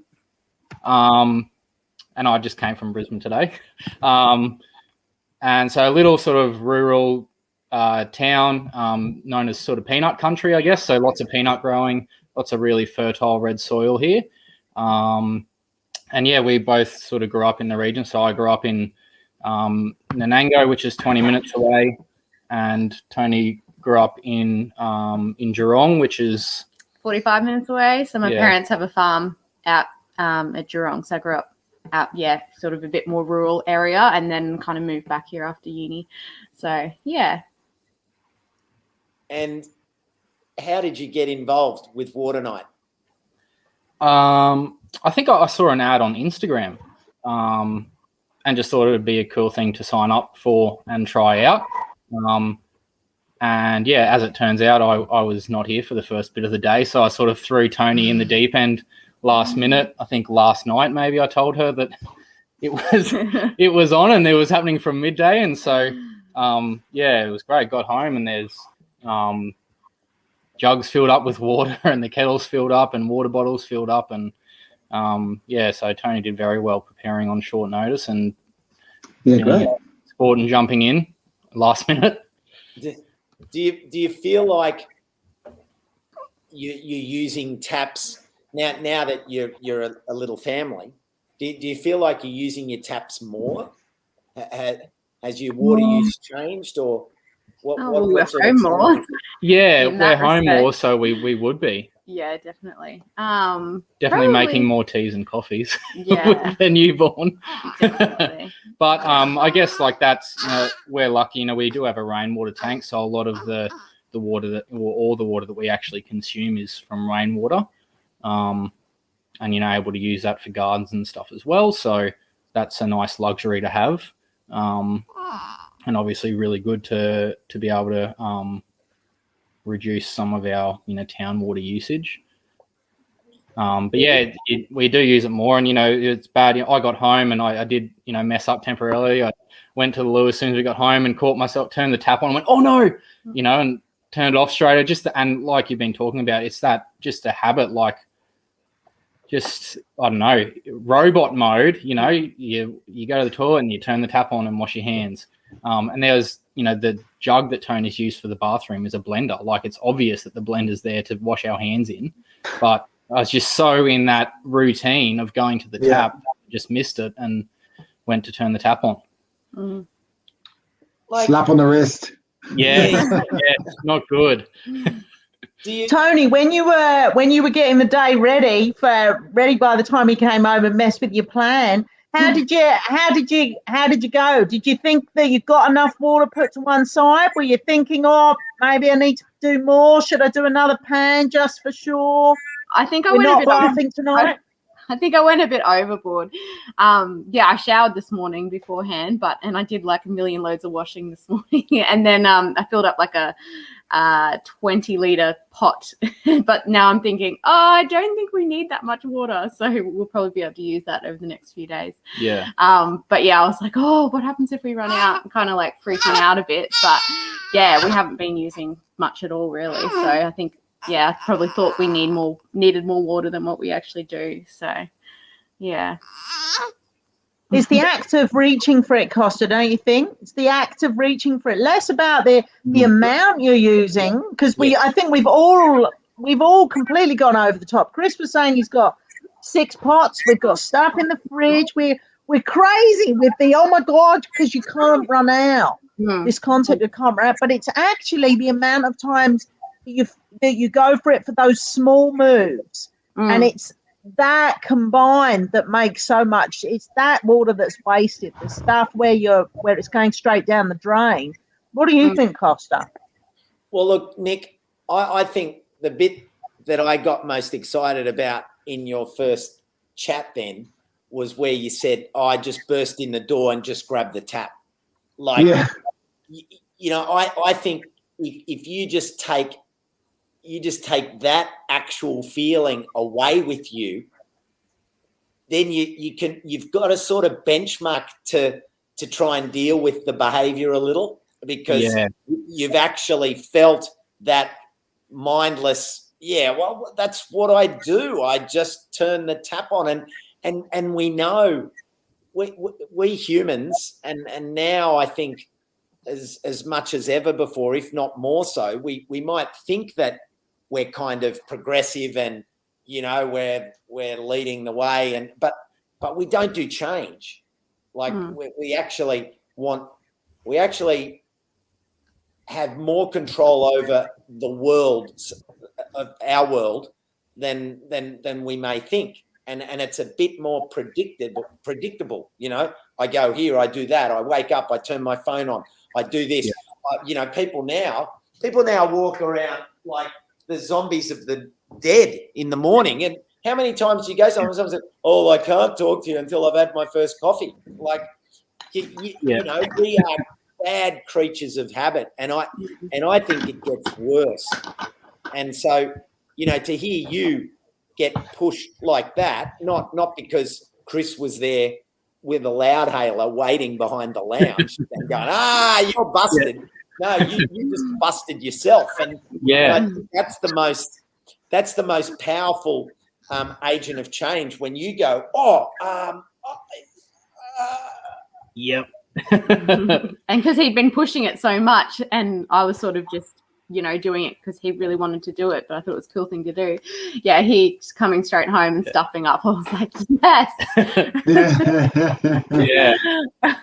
Yeah, it was really, like you said, Costa, just a really good eye-opener and good, oh, wow, that is so bad that it's just such a habit, and I'd been thinking about water night all day, and, when I got home, and, it's not like it hadn't been on my mind, and still just the habit of using that, took over. So it's definitely that'll be something that I'll remember from tonight. And you failed straight away. Yeah, straight away. Straight away. Yep. In all honesty, you could probably give yourself a. Sorry. Oh, Nick and Tony won a prize, Costa, for signing up. So they won a HoseLink starter kit, which is a trigger nozzle for. Has that arrived yet? It may not have because of COVID. Not yet. No. Yeah, COVID post. Issues at the moment, but excited to get that. That'll be good. Yeah. It's a good use in the garden. Yeah. Chris and Zoe had a question, and I really liked it, and I wanted to ask this one to you. When was the last time? And actually, I'm going to put this to the crowd. Let's do a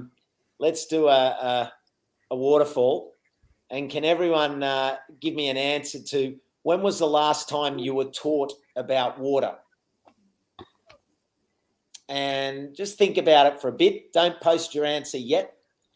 We'll get our answer from Tony and Nick, and then I'll say hit your answer. So just type it in, and then we'll push return in a minute after we hear from Tony and Nick.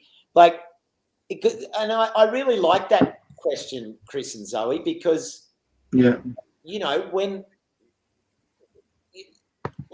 was the last time? Where are you taught about water? You get a water bill and everyone goes,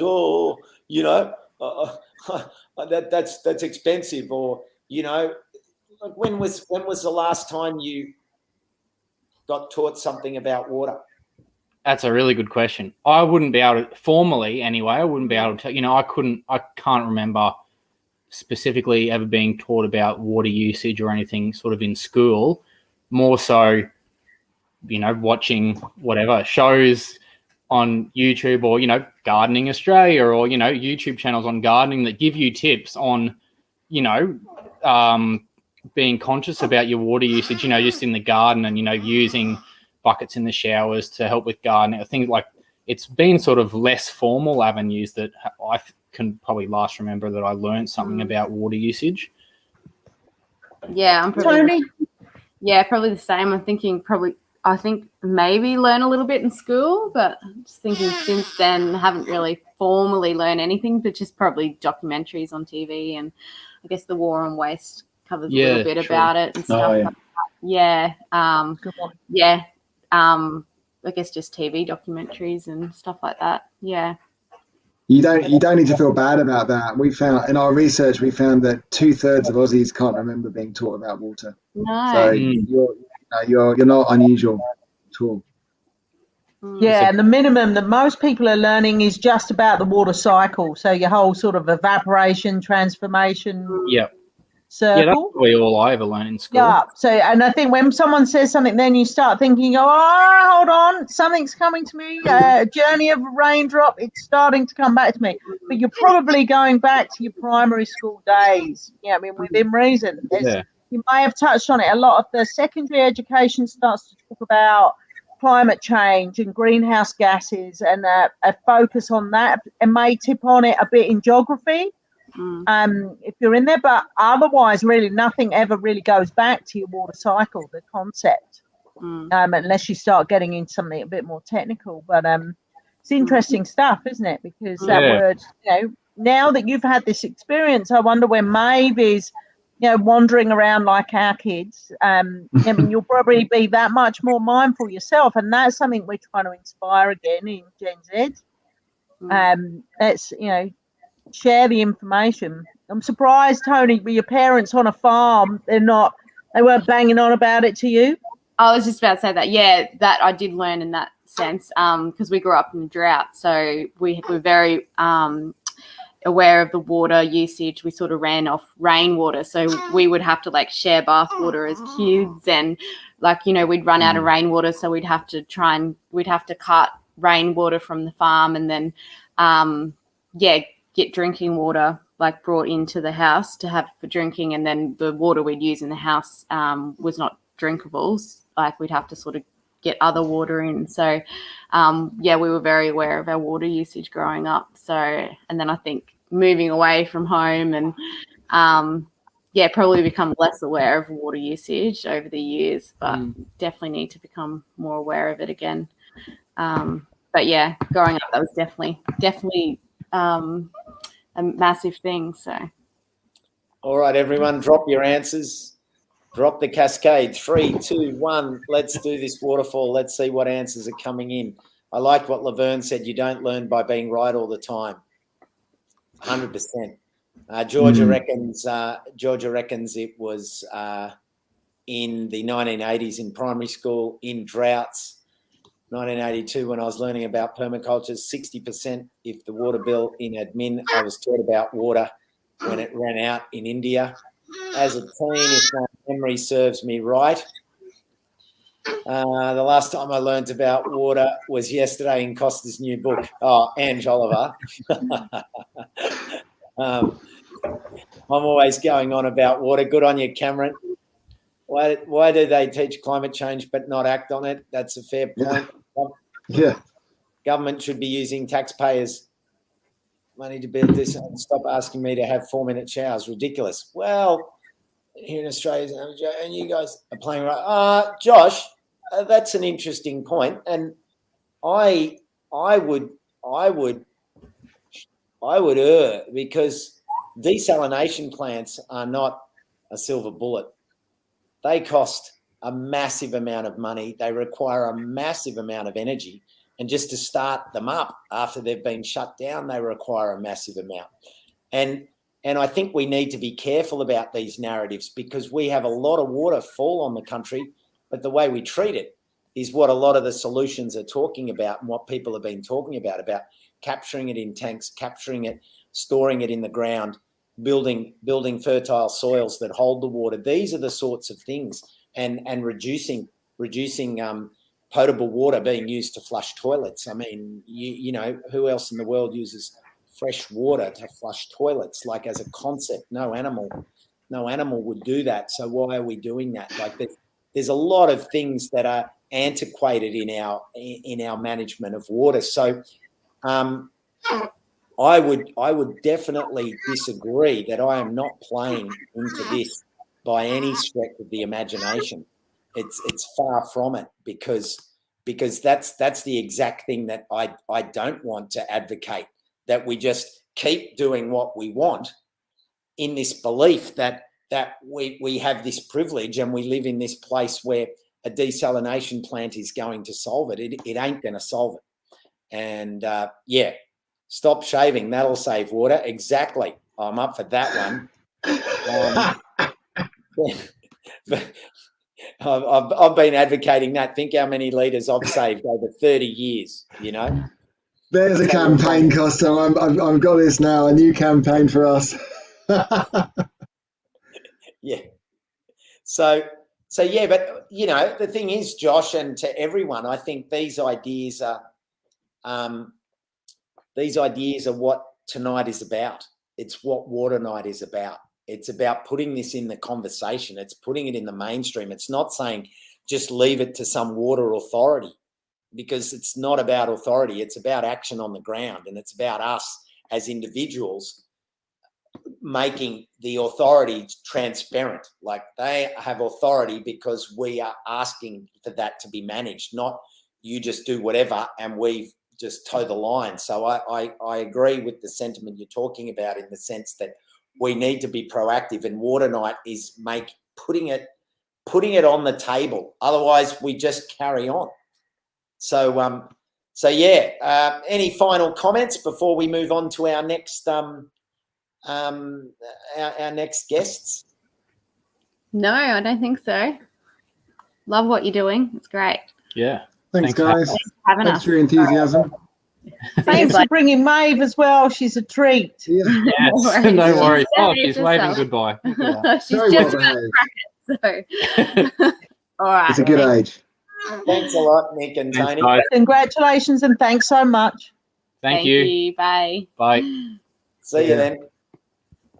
Costa, maybe one more push for the competition before we move on. We've had a few more entries, but just to remind people, we might have had a few new people join us since I mentioned. Yeah, sure. We've got a Bosch water efficient dishwasher to give away tonight. If you'd like a chance to win it, please go to smartwatermark.org and click on the banner there, and just give us your favourite water saving tip, and we'll choose our favourite water saving tip out of all the entries, and decide who wins the Bosch dishwasher, and we'll be in touch and let you know. So Water Night, smartwatermark.org. And 927 registrations so far. Oh, good. It's going up. So if you have been watching and you actually haven't signed up, there's the details, waternight.com.au. I will just copy that, and I'm going to put it in the chat so that anyone can click on it. And while you're listening away, feel free to jump on there, sign up, and add to the numbers. It would be wonderful to get to 1,000. Of course, it doesn't matter if we don't, but if we do, it just adds a little more gravity to the leverage and the conversations that the data and the statistics can take onwards. Just a little aside, Costa, New South Wales has now got more registrations this year than it had last year. So the ACT, Tasmania and New South Wales have made new records with Water Night this year. I'm just checking. Great news. How's Victoria doing? I'm just about to look, actually, because they were in the lead. But I'm just going to check, because I think New South Wales may have tipped the scale. Oh, really? So, sorry, bear with me. Josh. Not the quickest. It's good. I like to have conversation. You know, it's great to. This is what it's about, and you know, whether you're in agreement with everything that the minister may or may not say, or that the mayor may or may not say, or that the local representative in your area may or may not say. The most important thing we can do is keep the dialogue open and keep creating this accountability through the information and the awareness of people, and it's ultimately us. We I'm sounding like I'm really waving the flag here, but we the people make the decisions ultimately. Because if we don't make a comment, we're not part of the decision making. So I'm always always up to have conversation and rattle cages. It's good. And I think it could be interesting just to comment on Josh's point about desalination. I think it's important for us to consider all options. Desalination, recycling, traditional water supply, as well as water efficiency. And I think water efficiency always gets left behind in the conversation, as far as I'm concerned. There is a lot of talk about desal and recycling, which is great. There's pros and cons for every option, always, depending on where you live in Australia. But I think we definitely need more talk on water efficiency. In my opinion, that's what we're all about at Smarter People Watermark, obviously. And water efficiency as an option should always be considered alongside all other options when it comes to water supply, I think. Frankie, Floyd and Pearl have been doing water education stuff all week. That's fantastic.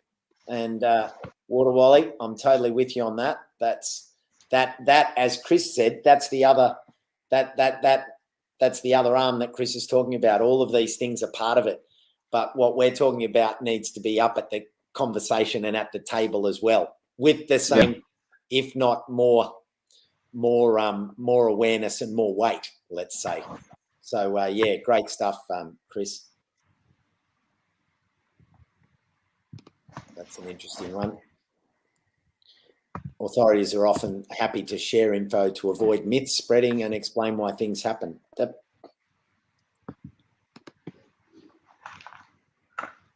Who have we got coming on next? So next, back in the TARDIS. Where are we? We're up in Queensland.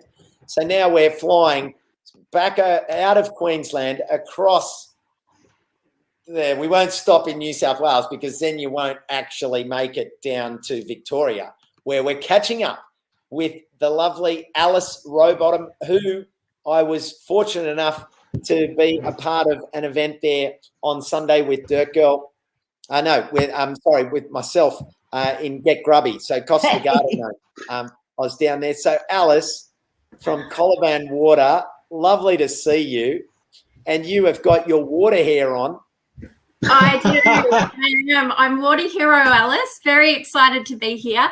Happy Water Night. What a great night and what a fantastic conversation. It's just been so great to listen in and hear all these different things, talking about water education, which obviously I'm really passionate about. Well done. So tell us a little bit about Colaban Water and what education programs you're running that people can learn from. Yeah, sure. So Water Hero Alice used to go out into kinders and schools, but now we're doing that online. So we have our Water Hero program, where we talk all about the water cycle. We talk about how we can save water and how good it feels to be a water hero. So we're not talking about the big things. We're talking about things like those small things you can do. So maybe in kinders, the kids are involved with looking after their dog's water bowl. So their job is just taking that and putting it out on the grass. It's a really small thing, but we know that small things will build into bigger things, and having all those conversations as well. So we've got water heroes, the kindergartens in our area and across Victoria doing wonderful things. So we really like to get out and share those things, because I used to be in the classroom teaching.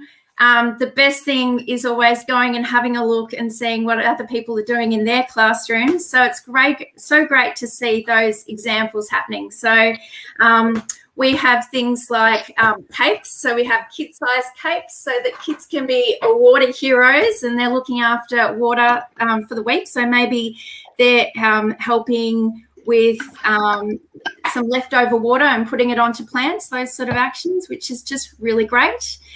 And as well as that, we've got our little, what do I call these? Our action figures.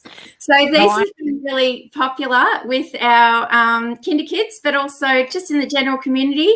They can download a little cape, make their water hero however they like, and then they can go for a bit of a fly around their house and think about ways that they can save water.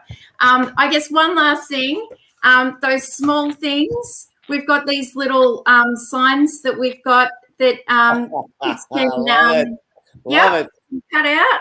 And so I've got my toilet here. You can see my toilet in there. So just talking about the half flush and the full flush there, and when we can use it. What's going on with that toilet there?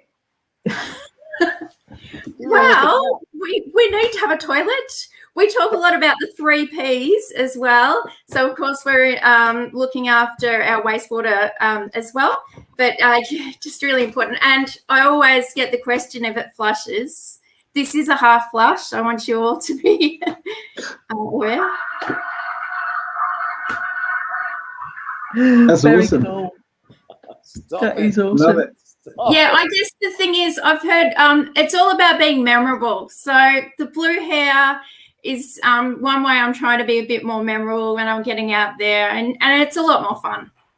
Yeah, it's a lot more fun. I nearly made Chris consider a blue look. We have a fantastic Water Smart is our a sort of larger than life pantomime offering that we deliver in partnership with Gibber Education, who are awesome and are also big supporters of Water Night.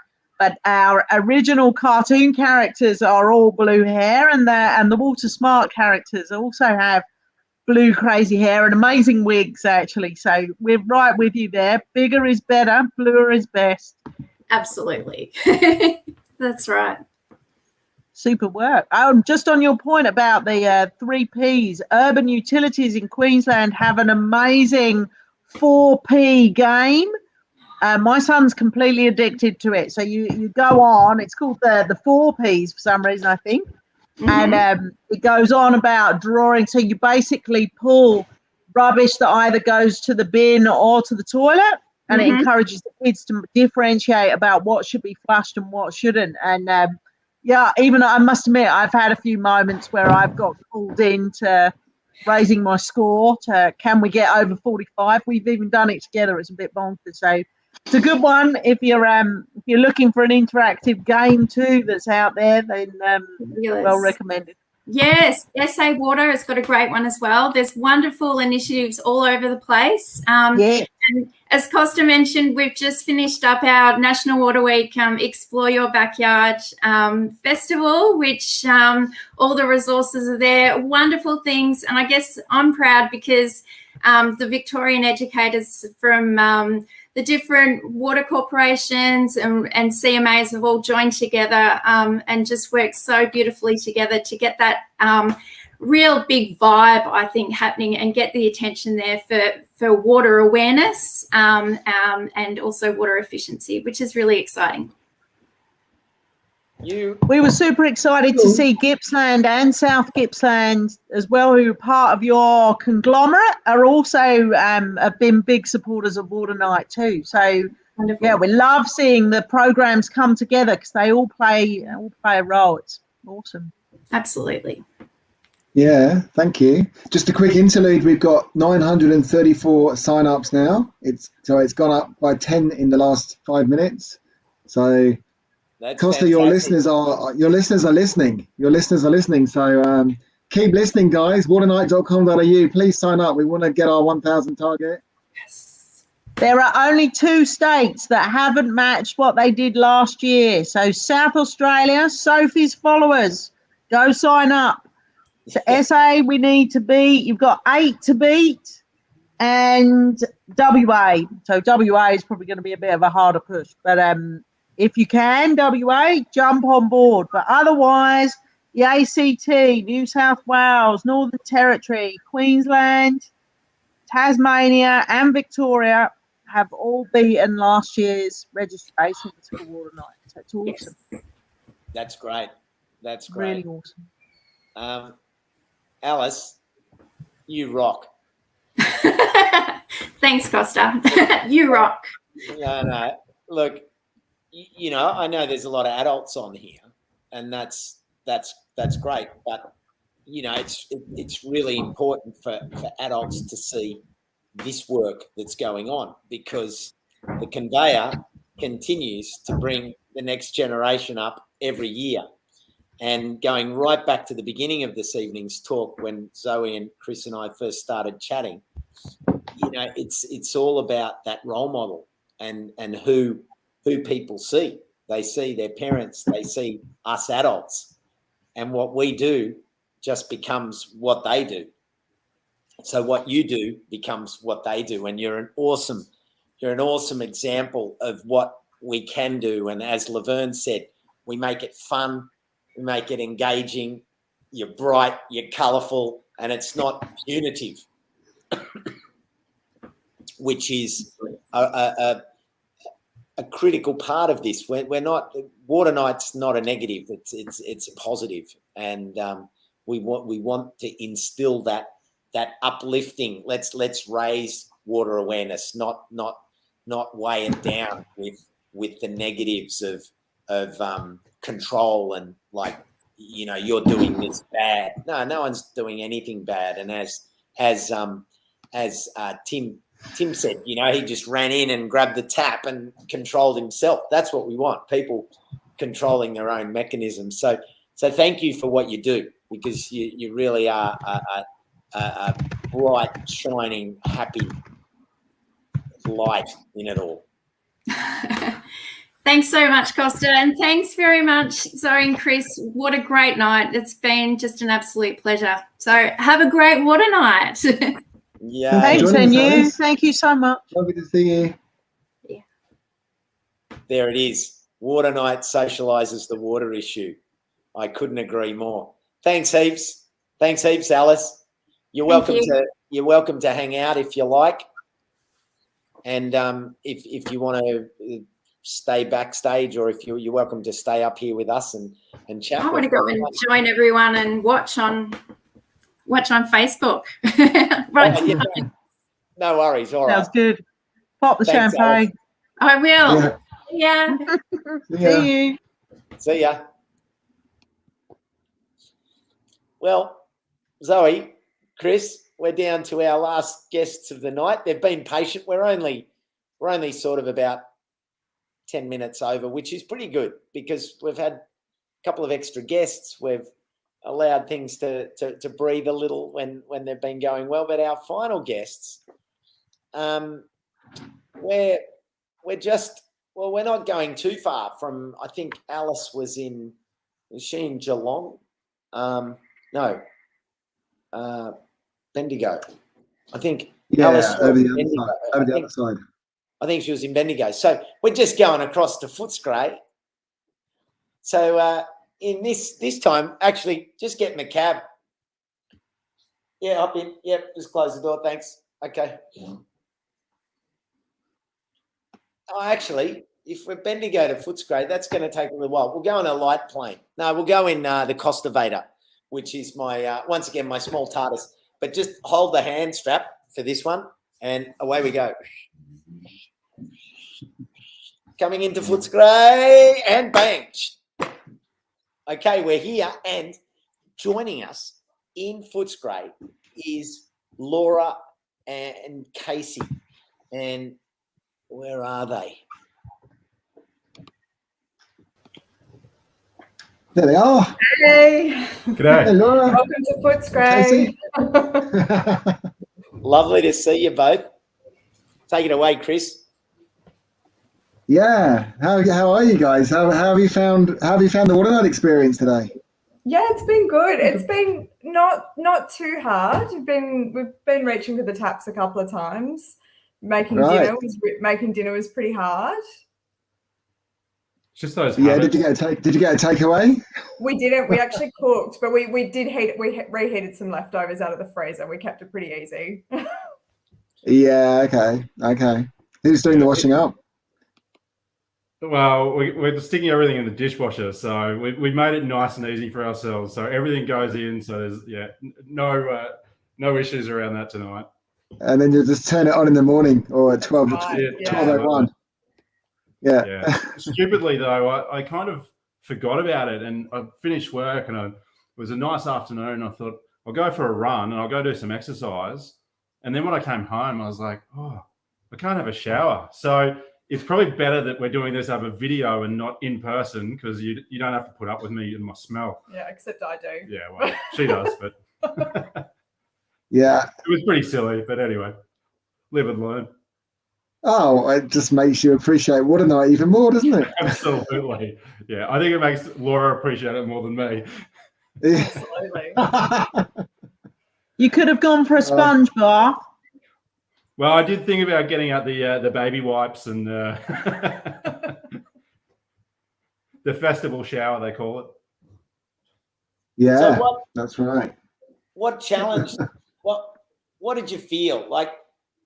Sort of explain. Well, what did you feel when you couldn't have that shower that you're so used to, and that you couldn't just approach the meal when you had to think about the meal a little bit differently? Explain how that made you feel. Where did your thoughts go when you hit a little bit of a roadblock, let's say? I definitely felt stupid. It was not well thought through, that's for sure. It was confronting. It was different. I wasn't kind of prepared for it, and so I was just, I had to sort of stop and think, well, what am I going to do? How do I get around this? What are my options? And so I had to really kind of consider it, and it was tough. It definitely makes you think. Yeah, and I slept up in the kitchen. We reheated leftovers, like I said, but we had to get some coriander out, and I just went straight to the tap and turned it on and rinsed the coriander, and then realised, and my tap guardian was right there, but I just didn't think about it. Slap on the wrist, Laura. Slap on the wrist. It is truly inconvenient. That's how I felt. That's how I found it. Is you stop, you go, and then you go, oh no, I can't do it like that, and you realise, gosh, I've got so used to this being so easy. It's just I don't think about it. It's just a habit, you don't even think about it. You just kind of go and do it, and it's just, second nature. Yeah. And so to actually to think about it and to stop and all right, now what do I got to do? All right, well, we've got some water here, so I can use a little bit of that, and but it is inconvenient. Yeah, spot on. So tomorrow you will be thinking about it, won't you? So because tomorrow you would have had this experience, and you'll be like, oh, I can go for a run because I'll be able to shower after. It won't be a problem today. So, and then you'll be in that shower actually probably appreciating it more than you ever have previously, because you'll be like, oh, yesterday I couldn't do this. Yeah, absolutely. It's going to be good. I'm looking forward to that shower. I bet Laura is too. I think you might have to sleep in the spare room tonight. Well, Gina Rizos says mandi bars in Indonesia, water's kept in a mandi, a metre-high cistern, and you use a cloth and a small saucepan to rinse. So, mate, grab a saucepan, get a cloth, just go out onto the grass, have a little bit of a rinse. You'll be fine, mate. Yeah. We do have a couple of jugs of water left over, so maybe they can be put to good use, I think, there. So what are you going to take away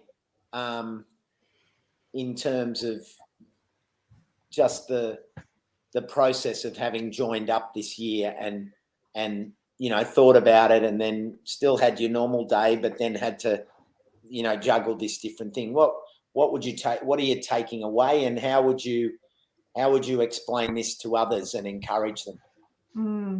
I think I'm really going to appreciate when I turn on the tap tomorrow, when I go to have my coffee in the morning. I'm still going to be thinking about it, because I've been thinking about it all day today, and I'm just going to really appreciate it that it's really easy to do, and I'm going to have my coffee. And I think for me, I think we consider ourselves pretty good water users anyway. We have a timer in the shower, we have buckets. We don't, water the garden with a hose. We're pretty considerate of, cleaning our teeth, turn the taps on, washing your hands, turn the taps off. But even so, even for us, or even for me, I think, we're good at it, but you still, like my shower or Laura with the coriander, you still do it without thinking about it. And I think, if we're, and we're obviously interested, that's why we're here, that's why we're doing Water Night. For other people, they just don't have that consideration. So I think, if we're noticing it, how much more other people would they notice it when they probably aren't, maybe aren't as kind of water efficient. Yeah, because it was a surprise for us. So yeah. Can you think back? Oh, sorry, go Zoe. No. It was a question that it may be similar to yours, but obviously there's been a lot more working from home, particularly down in Victoria. There's lots working from home, and I wondered whether you'd realised that you were doing some things you perhaps would have been doing in the office. So hitting the kitchen, going for the snacks, going for the fridge. Consequently, coffee makers, water filters, weeing, in the whole 9 yards is obviously all happening in the house. Did you realise or did it cross your mind at any time that you were using or reaching for water more, perhaps more than what you would have done if you had been in the office? What do you think? I definitely do. I've been thinking about it, and for me, the kitchen in our office is 50 metres a walk away. So, I go and fill up a water bottle and I'll sit on that water bottle for a day. Whereas when I'm at home, it's just here, like the kitchen's here. So I just go and fill up, and you don't think about it. So I'm turning the taps on and off all day, without kind of, without thinking about it. But then you step back and you're like, oh, would I have done that in the office? It is something you notice. It is something that you do, that we think about at least. Yeah. Along with everything else that's changed for us over the last 2 years. Yeah, it's all very different, but hopefully not for too much longer. Yeah, let's hope so. Yeah, fingers crossed. Good. Have you entered the competition to win the Bosch dishwasher? Bosch dishwasher? That's a good reminder, Chris. We actually didn't, because we got a new Bosch dishwasher not too long ago, actually. So we thought it could probably go to a better home. Yeah, okay. Just a reminder, anyone that's listening, go to smartwatermark.org and click on the banner, and you can win a dishwasher if you tell us your favourite water-saving tip. That'd be great. Thank you. We've got about 30 people enter, so you're in for a good chance. There's not a huge amount of entries, so you're in for a good 30 chance. people. That's a big chance. 30 now. Good chance to win. High chance to win. Better odds than the lottery. 937 registrations. Oh, that's good. It's very exciting. I'll put that, everyone. I'll just put the competition details as a comment, so you can see those, and that way you can click on the link. It's a little bit easier than just what you see on the screen. I'll cut and paste that one, and here we go. And we'll keep that competition open until 12 o'clock tomorrow, and then and then we'll announce the winner on. Well, actually, Costa, we might get you to post it on your page if that's all right, to your audience, and also we'll put it on our page so that everybody knows it's been listening. Yeah, too easy. It's been great to see that. I saw that Anne Greenwood from New Zealand was flying the flag for the Kiwis over there, and there were quite a few. It looked like quite a few people from overseas. We had a lady contact me this morning about the fact that she wanted to watch, but she was going to be watching it in Wales. So it's been a show. The people that love you, Costa, and obviously love Water Night, but the world is watching, which is awesome to see.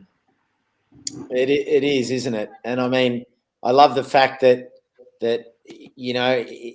with you guys, Laura and Casey, and then we had Nick and Tony, and then we had Jamie and the family down south, and of course we had Luke Richard, who spoke really well about his role as a strategist. Then we had the Minister for Primary Industries and Water Resources, Guy Barnett down in Tasmania. And then, of course, we had the Mayor of Shoalhaven City Council, Amanda Finlay. And then just now, of course, the wonderful Alice Rowbottom, doing an amazing job with education. What a treat, what a treat that we've had such a mix of people on tonight, and we've been across so many different parts of the country, from Tassie to Victoria to here in New South Wales, then Queensland and over in Adelaide as well. But to all of our viewers in Canberra, the ACT, also in WA and the NT, and for any of the replay viewers, thank you for watching and sharing this out. The more people that can sign up over the next little while, ultimately you're signing up for change and leverage, and that's what it's all about. Zoe and Chris, would you like to make any final comments? And everybody, if you just want to put down in your comments just your final thoughts about it all. Oh, Clarence Slocky has joined us. Clarence has just made a comment. Growing up or living on the land where water capture is the only source and dependent on the rain gods gives everyone a better appreciation of this precious resource. Here, Clary, I couldn't agree more. And I suppose what Water Night's all about is just bringing a little bit of that understanding into the city life, where the majority of water is used with a different mindset. It's not that it's a bad mindset, it's just a taught mindset. And Water Night's taking leaps and bounds and steps to just shift that mindset a little. And with every shift of the mindset, we're talking thousands and thousands of litres of water that will be managed differently. Was that a fly that just... Yeah, it's huge. It's been flying around all night, driving me insane. It looked like an eagle in the screen. It was massive. So massive. It is a big fly. Yeah, it's been driving me crazy. Look, here we go. Look at this. Costa, Before you go there, here's a comment for you two to have a crack at. What is the interview panel? They're asking us. She's asking us for our favourite water saving idea. For me, it's a really simple. Go on, Zoe, you go first. No, you go. It's a simple one, actually. My kids get home from school and they have, half of their water bottle they take to school is full, because they've only drunk half of it. And rather than pouring that down the sink, I just like to pour that on the pot plants or just on the plants in my garden or something. Just it's only 500 ml or something, but rather than pouring it down the drain, just keep the plants alive. Absolutely. We're all about snacks in our house as well, because obviously I've got a little one. And again, I think ours is really just about having a pot in the sink, so that when you're rinsing off the strawberries before they're about to get fired in, or anything, any of the carrots or anything else typical, that I would just let that water run down. But I have a pot there just to catch it, so that I can put that on other stuff. So that's probably my most favourite. Yeah, well, look, Christine Ann is speaking the same language as you on this comment here. Yeah. Exactly. Yep, oh, look, we had Switzerland here as well. Oh, wow. That's a good one. What's my one? Oh, look, I think the one that a couple of the ones that I mentioned during the little videos that we put out over the last few weeks, that simple things like rinsing and washing vegetables or or washing anything, even after you've peeled, and then you want to wash the fresh veggies when you bring them in, or wash anything that you've pulled out of the crisper or bought. Like, just put a bucket in the sink and capture that water, and then have a couple of jugs under the sink so that you can just pour the water into the jug. Because the other thing that I suggest about these ideas and these methods is, don't make them dangerous.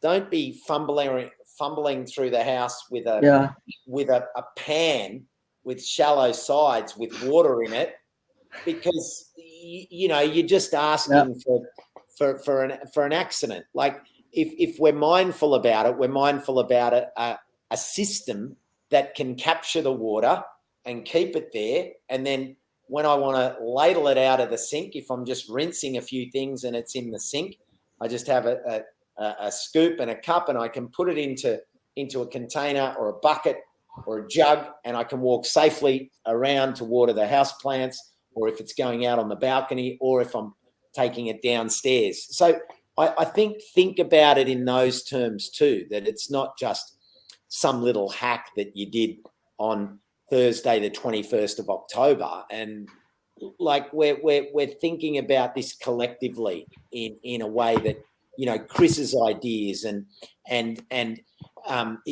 Laura's ideas, and Luke's ideas, and everyone who's been watching, whether it's Shell or Ange or Laverne or Rachel or Nick, like, all of your ideas matter, and no one's got the best ideas. We've just got to put them into the collective pot and make the ideas better. That's my thought.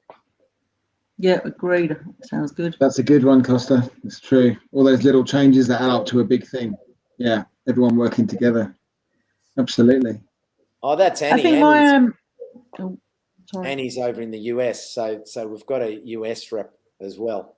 So US, great. Switzerland, Greece, NZ. That's pretty good.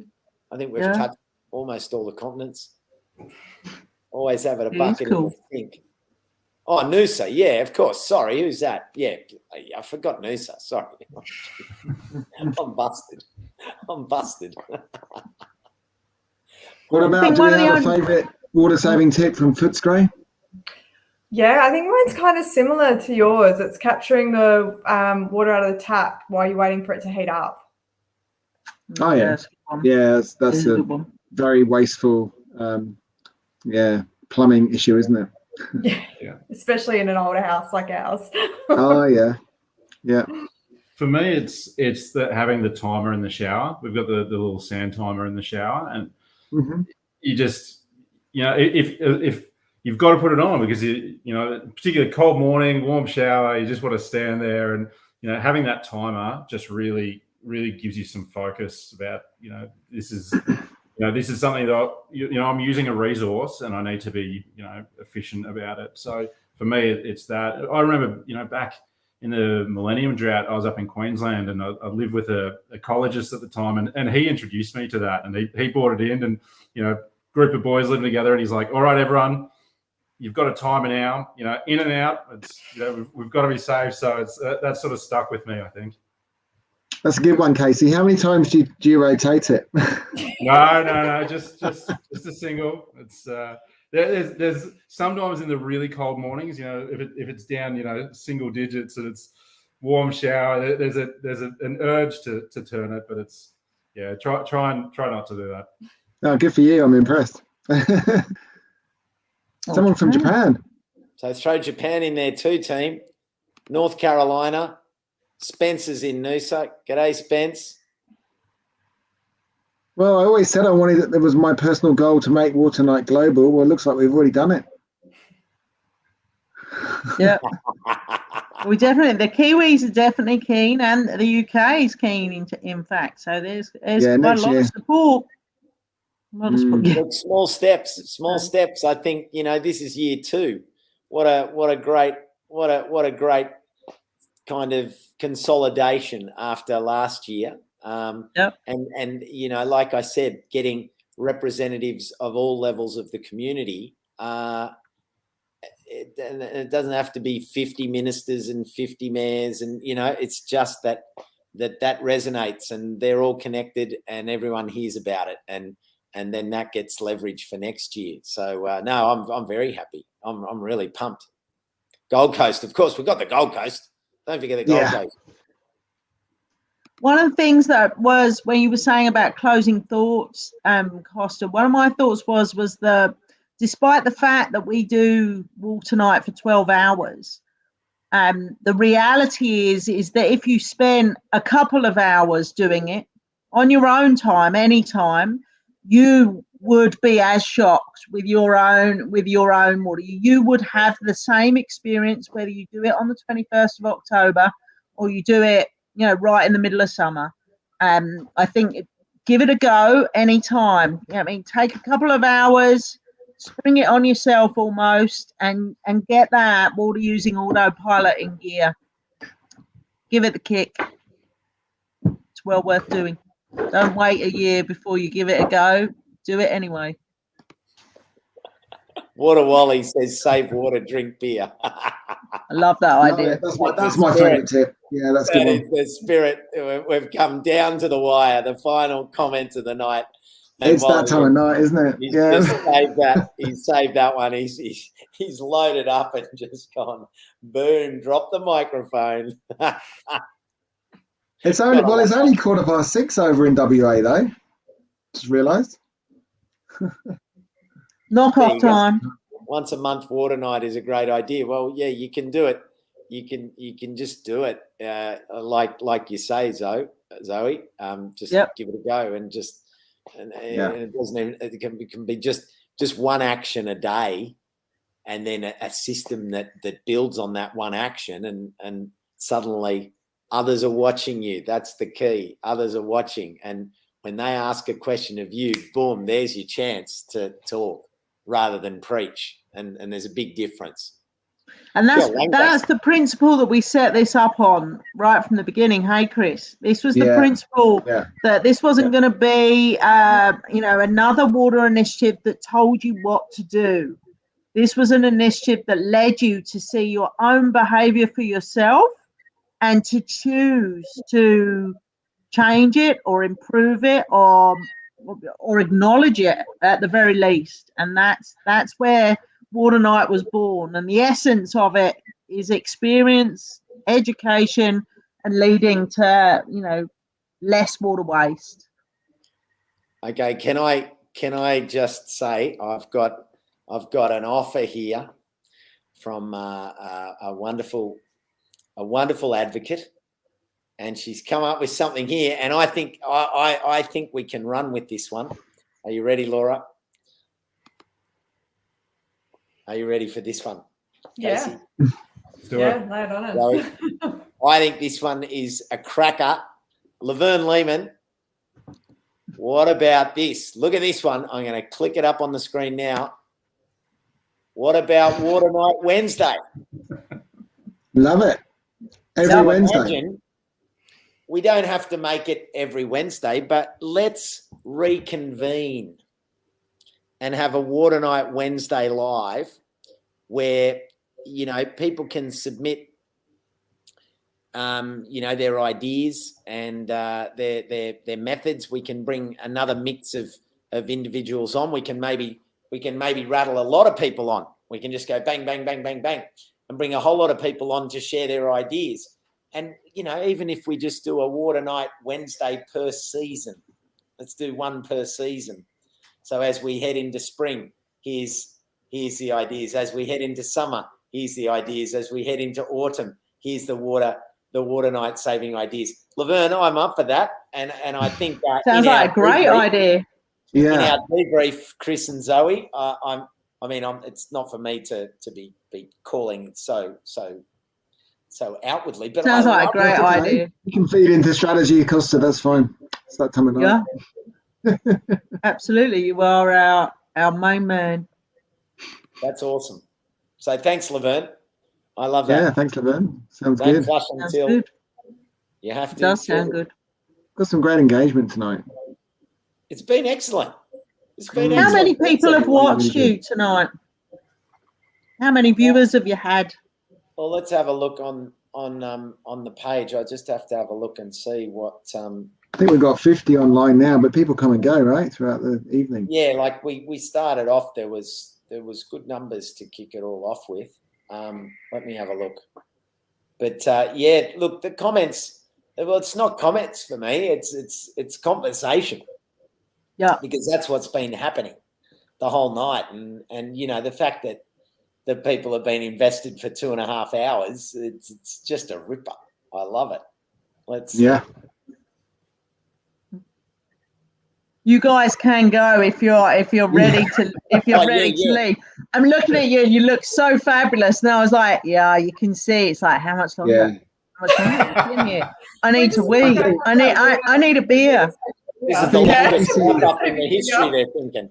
I can see it, and as well, I forgot that we put you next to him so smelly. I forgot all about that, Laura. Apologies. He's gonna go and have a shower now. I think he's desperate to go and have a shower. I'm going to go and try the sponge out of the grass. Yeah, see if it works. Nice. Scare your neighbours. Yeah, that's right, exactly. Well, thanks for joining us, guys. It's been brilliant, and yeah, lovely to talk to you both tonight. Thanks for having us. Yeah, it was really good. Thank night, you. guys. Thank you. Yeah, thanks, team. Over and out, Victoria.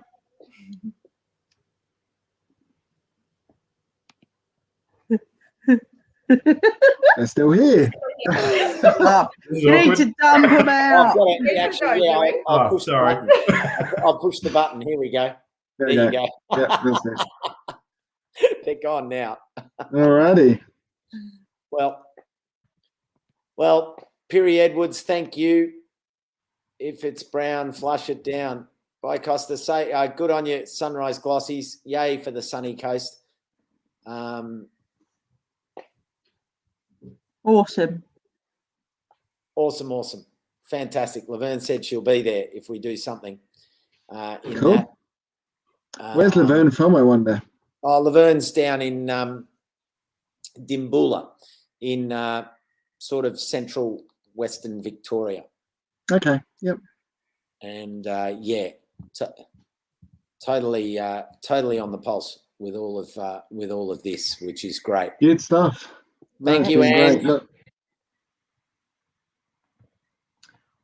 Waterless composting toilets. See, this is where Water Wally. This is where these conversations, if we do this as a seasonal get together, this is where we can bring these conversations up and have these sort of conversations, because there's a lot of layers. Earlier on, was it Jules that talked about, like, you know, and someone mentioned earlier about you know, water licensing and all of that, and then you talk about, you know, the ownership of water, and there's even debate around water in Tasmania and the ownership of water for large farming operations on water and all of that. Like, I mean, that's not the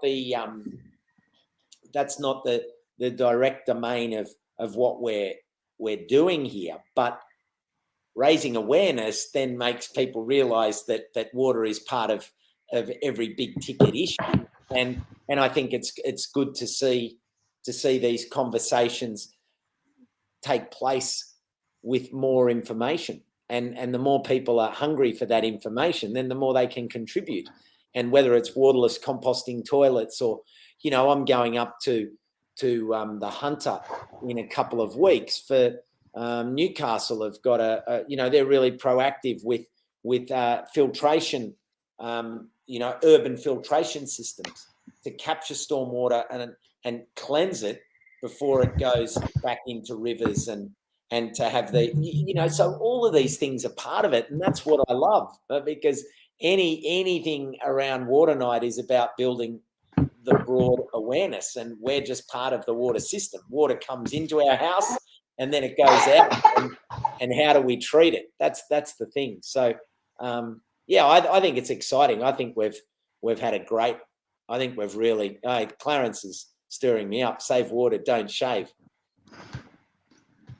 30 years. I need to do the data and the maths on it, mate. I reckon 30 years. I've saved Olympic swimming pool volume of water. You would have, Costa, that's for sure. 30 years has it been? Although you have got double the amount of hair, therefore, to wash. So does it pay off when you have like a, you know, just like a circumference of hair? You know, that requires some care also. That might be assuming, you know, extensive levels of grooming, and maybe. Grooming, which, you know, you may be off course there. There we go. Beth Brewster. I'll keep trying to be water wise each day. Well, Bethy Brewster, if that's what's come out of tonight, then we are very happy. Very happy. All right. Well, I need to go, but I've loved everyone participating, and it has been so awesome. But I'm going to leave you the capable hands of the gentlemen. Yeah, no, that's it. I think it's time to call it a wrap, but it's been a great night. I've enjoyed it immensely. I hope everyone else has enjoyed it as much as I have that's been on the listening and on the line. So, because it's been brilliant. It's been really good. Thanks for joining, everybody. 100%. Remember, if you haven't signed up, do Chris and Zoe a favour and do the movement a favour and add to those numbers so that it can reach the 1,000 mark, and that helps with discussions and leverage, as we've talked about before. Of course, enter the go to smartwatermark.org and enter into the competition, because there's not that many people. So you've got about 1 in 50 of winning yourself. Winning a dishwasher. A dishwasher. So bear that one in mind. Otherwise, wow. Thank you one and all for an amazing evening. There we go. Thanks, Zoe and Chris. Wash hair in a bucket. Yeah, that would be hard. Oh, look at this. Andrew's calling it straight away. I'll be in touch to receive my new dishwasher. My new dishwasher. Go Angelo. Nice work.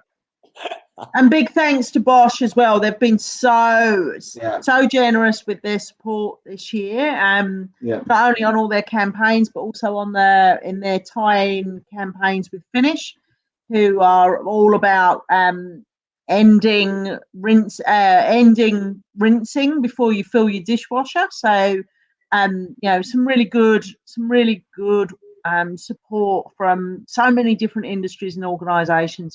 It's been fabulous. Been really fabulous. So we're really grateful to them as well, and hopefully someone will really enjoy a new dishwasher. I know I could do with one. Yeah, you're not allowed to enter, Zoe. No, exactly right. Exactly right. If anyone wants to suddenly be a cook or a personal dishwasher, I'm more than happy to accept their services. Thanks, Giovanni, for joining us. Thanks, Christine. Thanks, Ange. Thanks, Nick. The Remainers. Thanks, Laverne. I agree with that. And, we'll wrap it up now. Been awesome.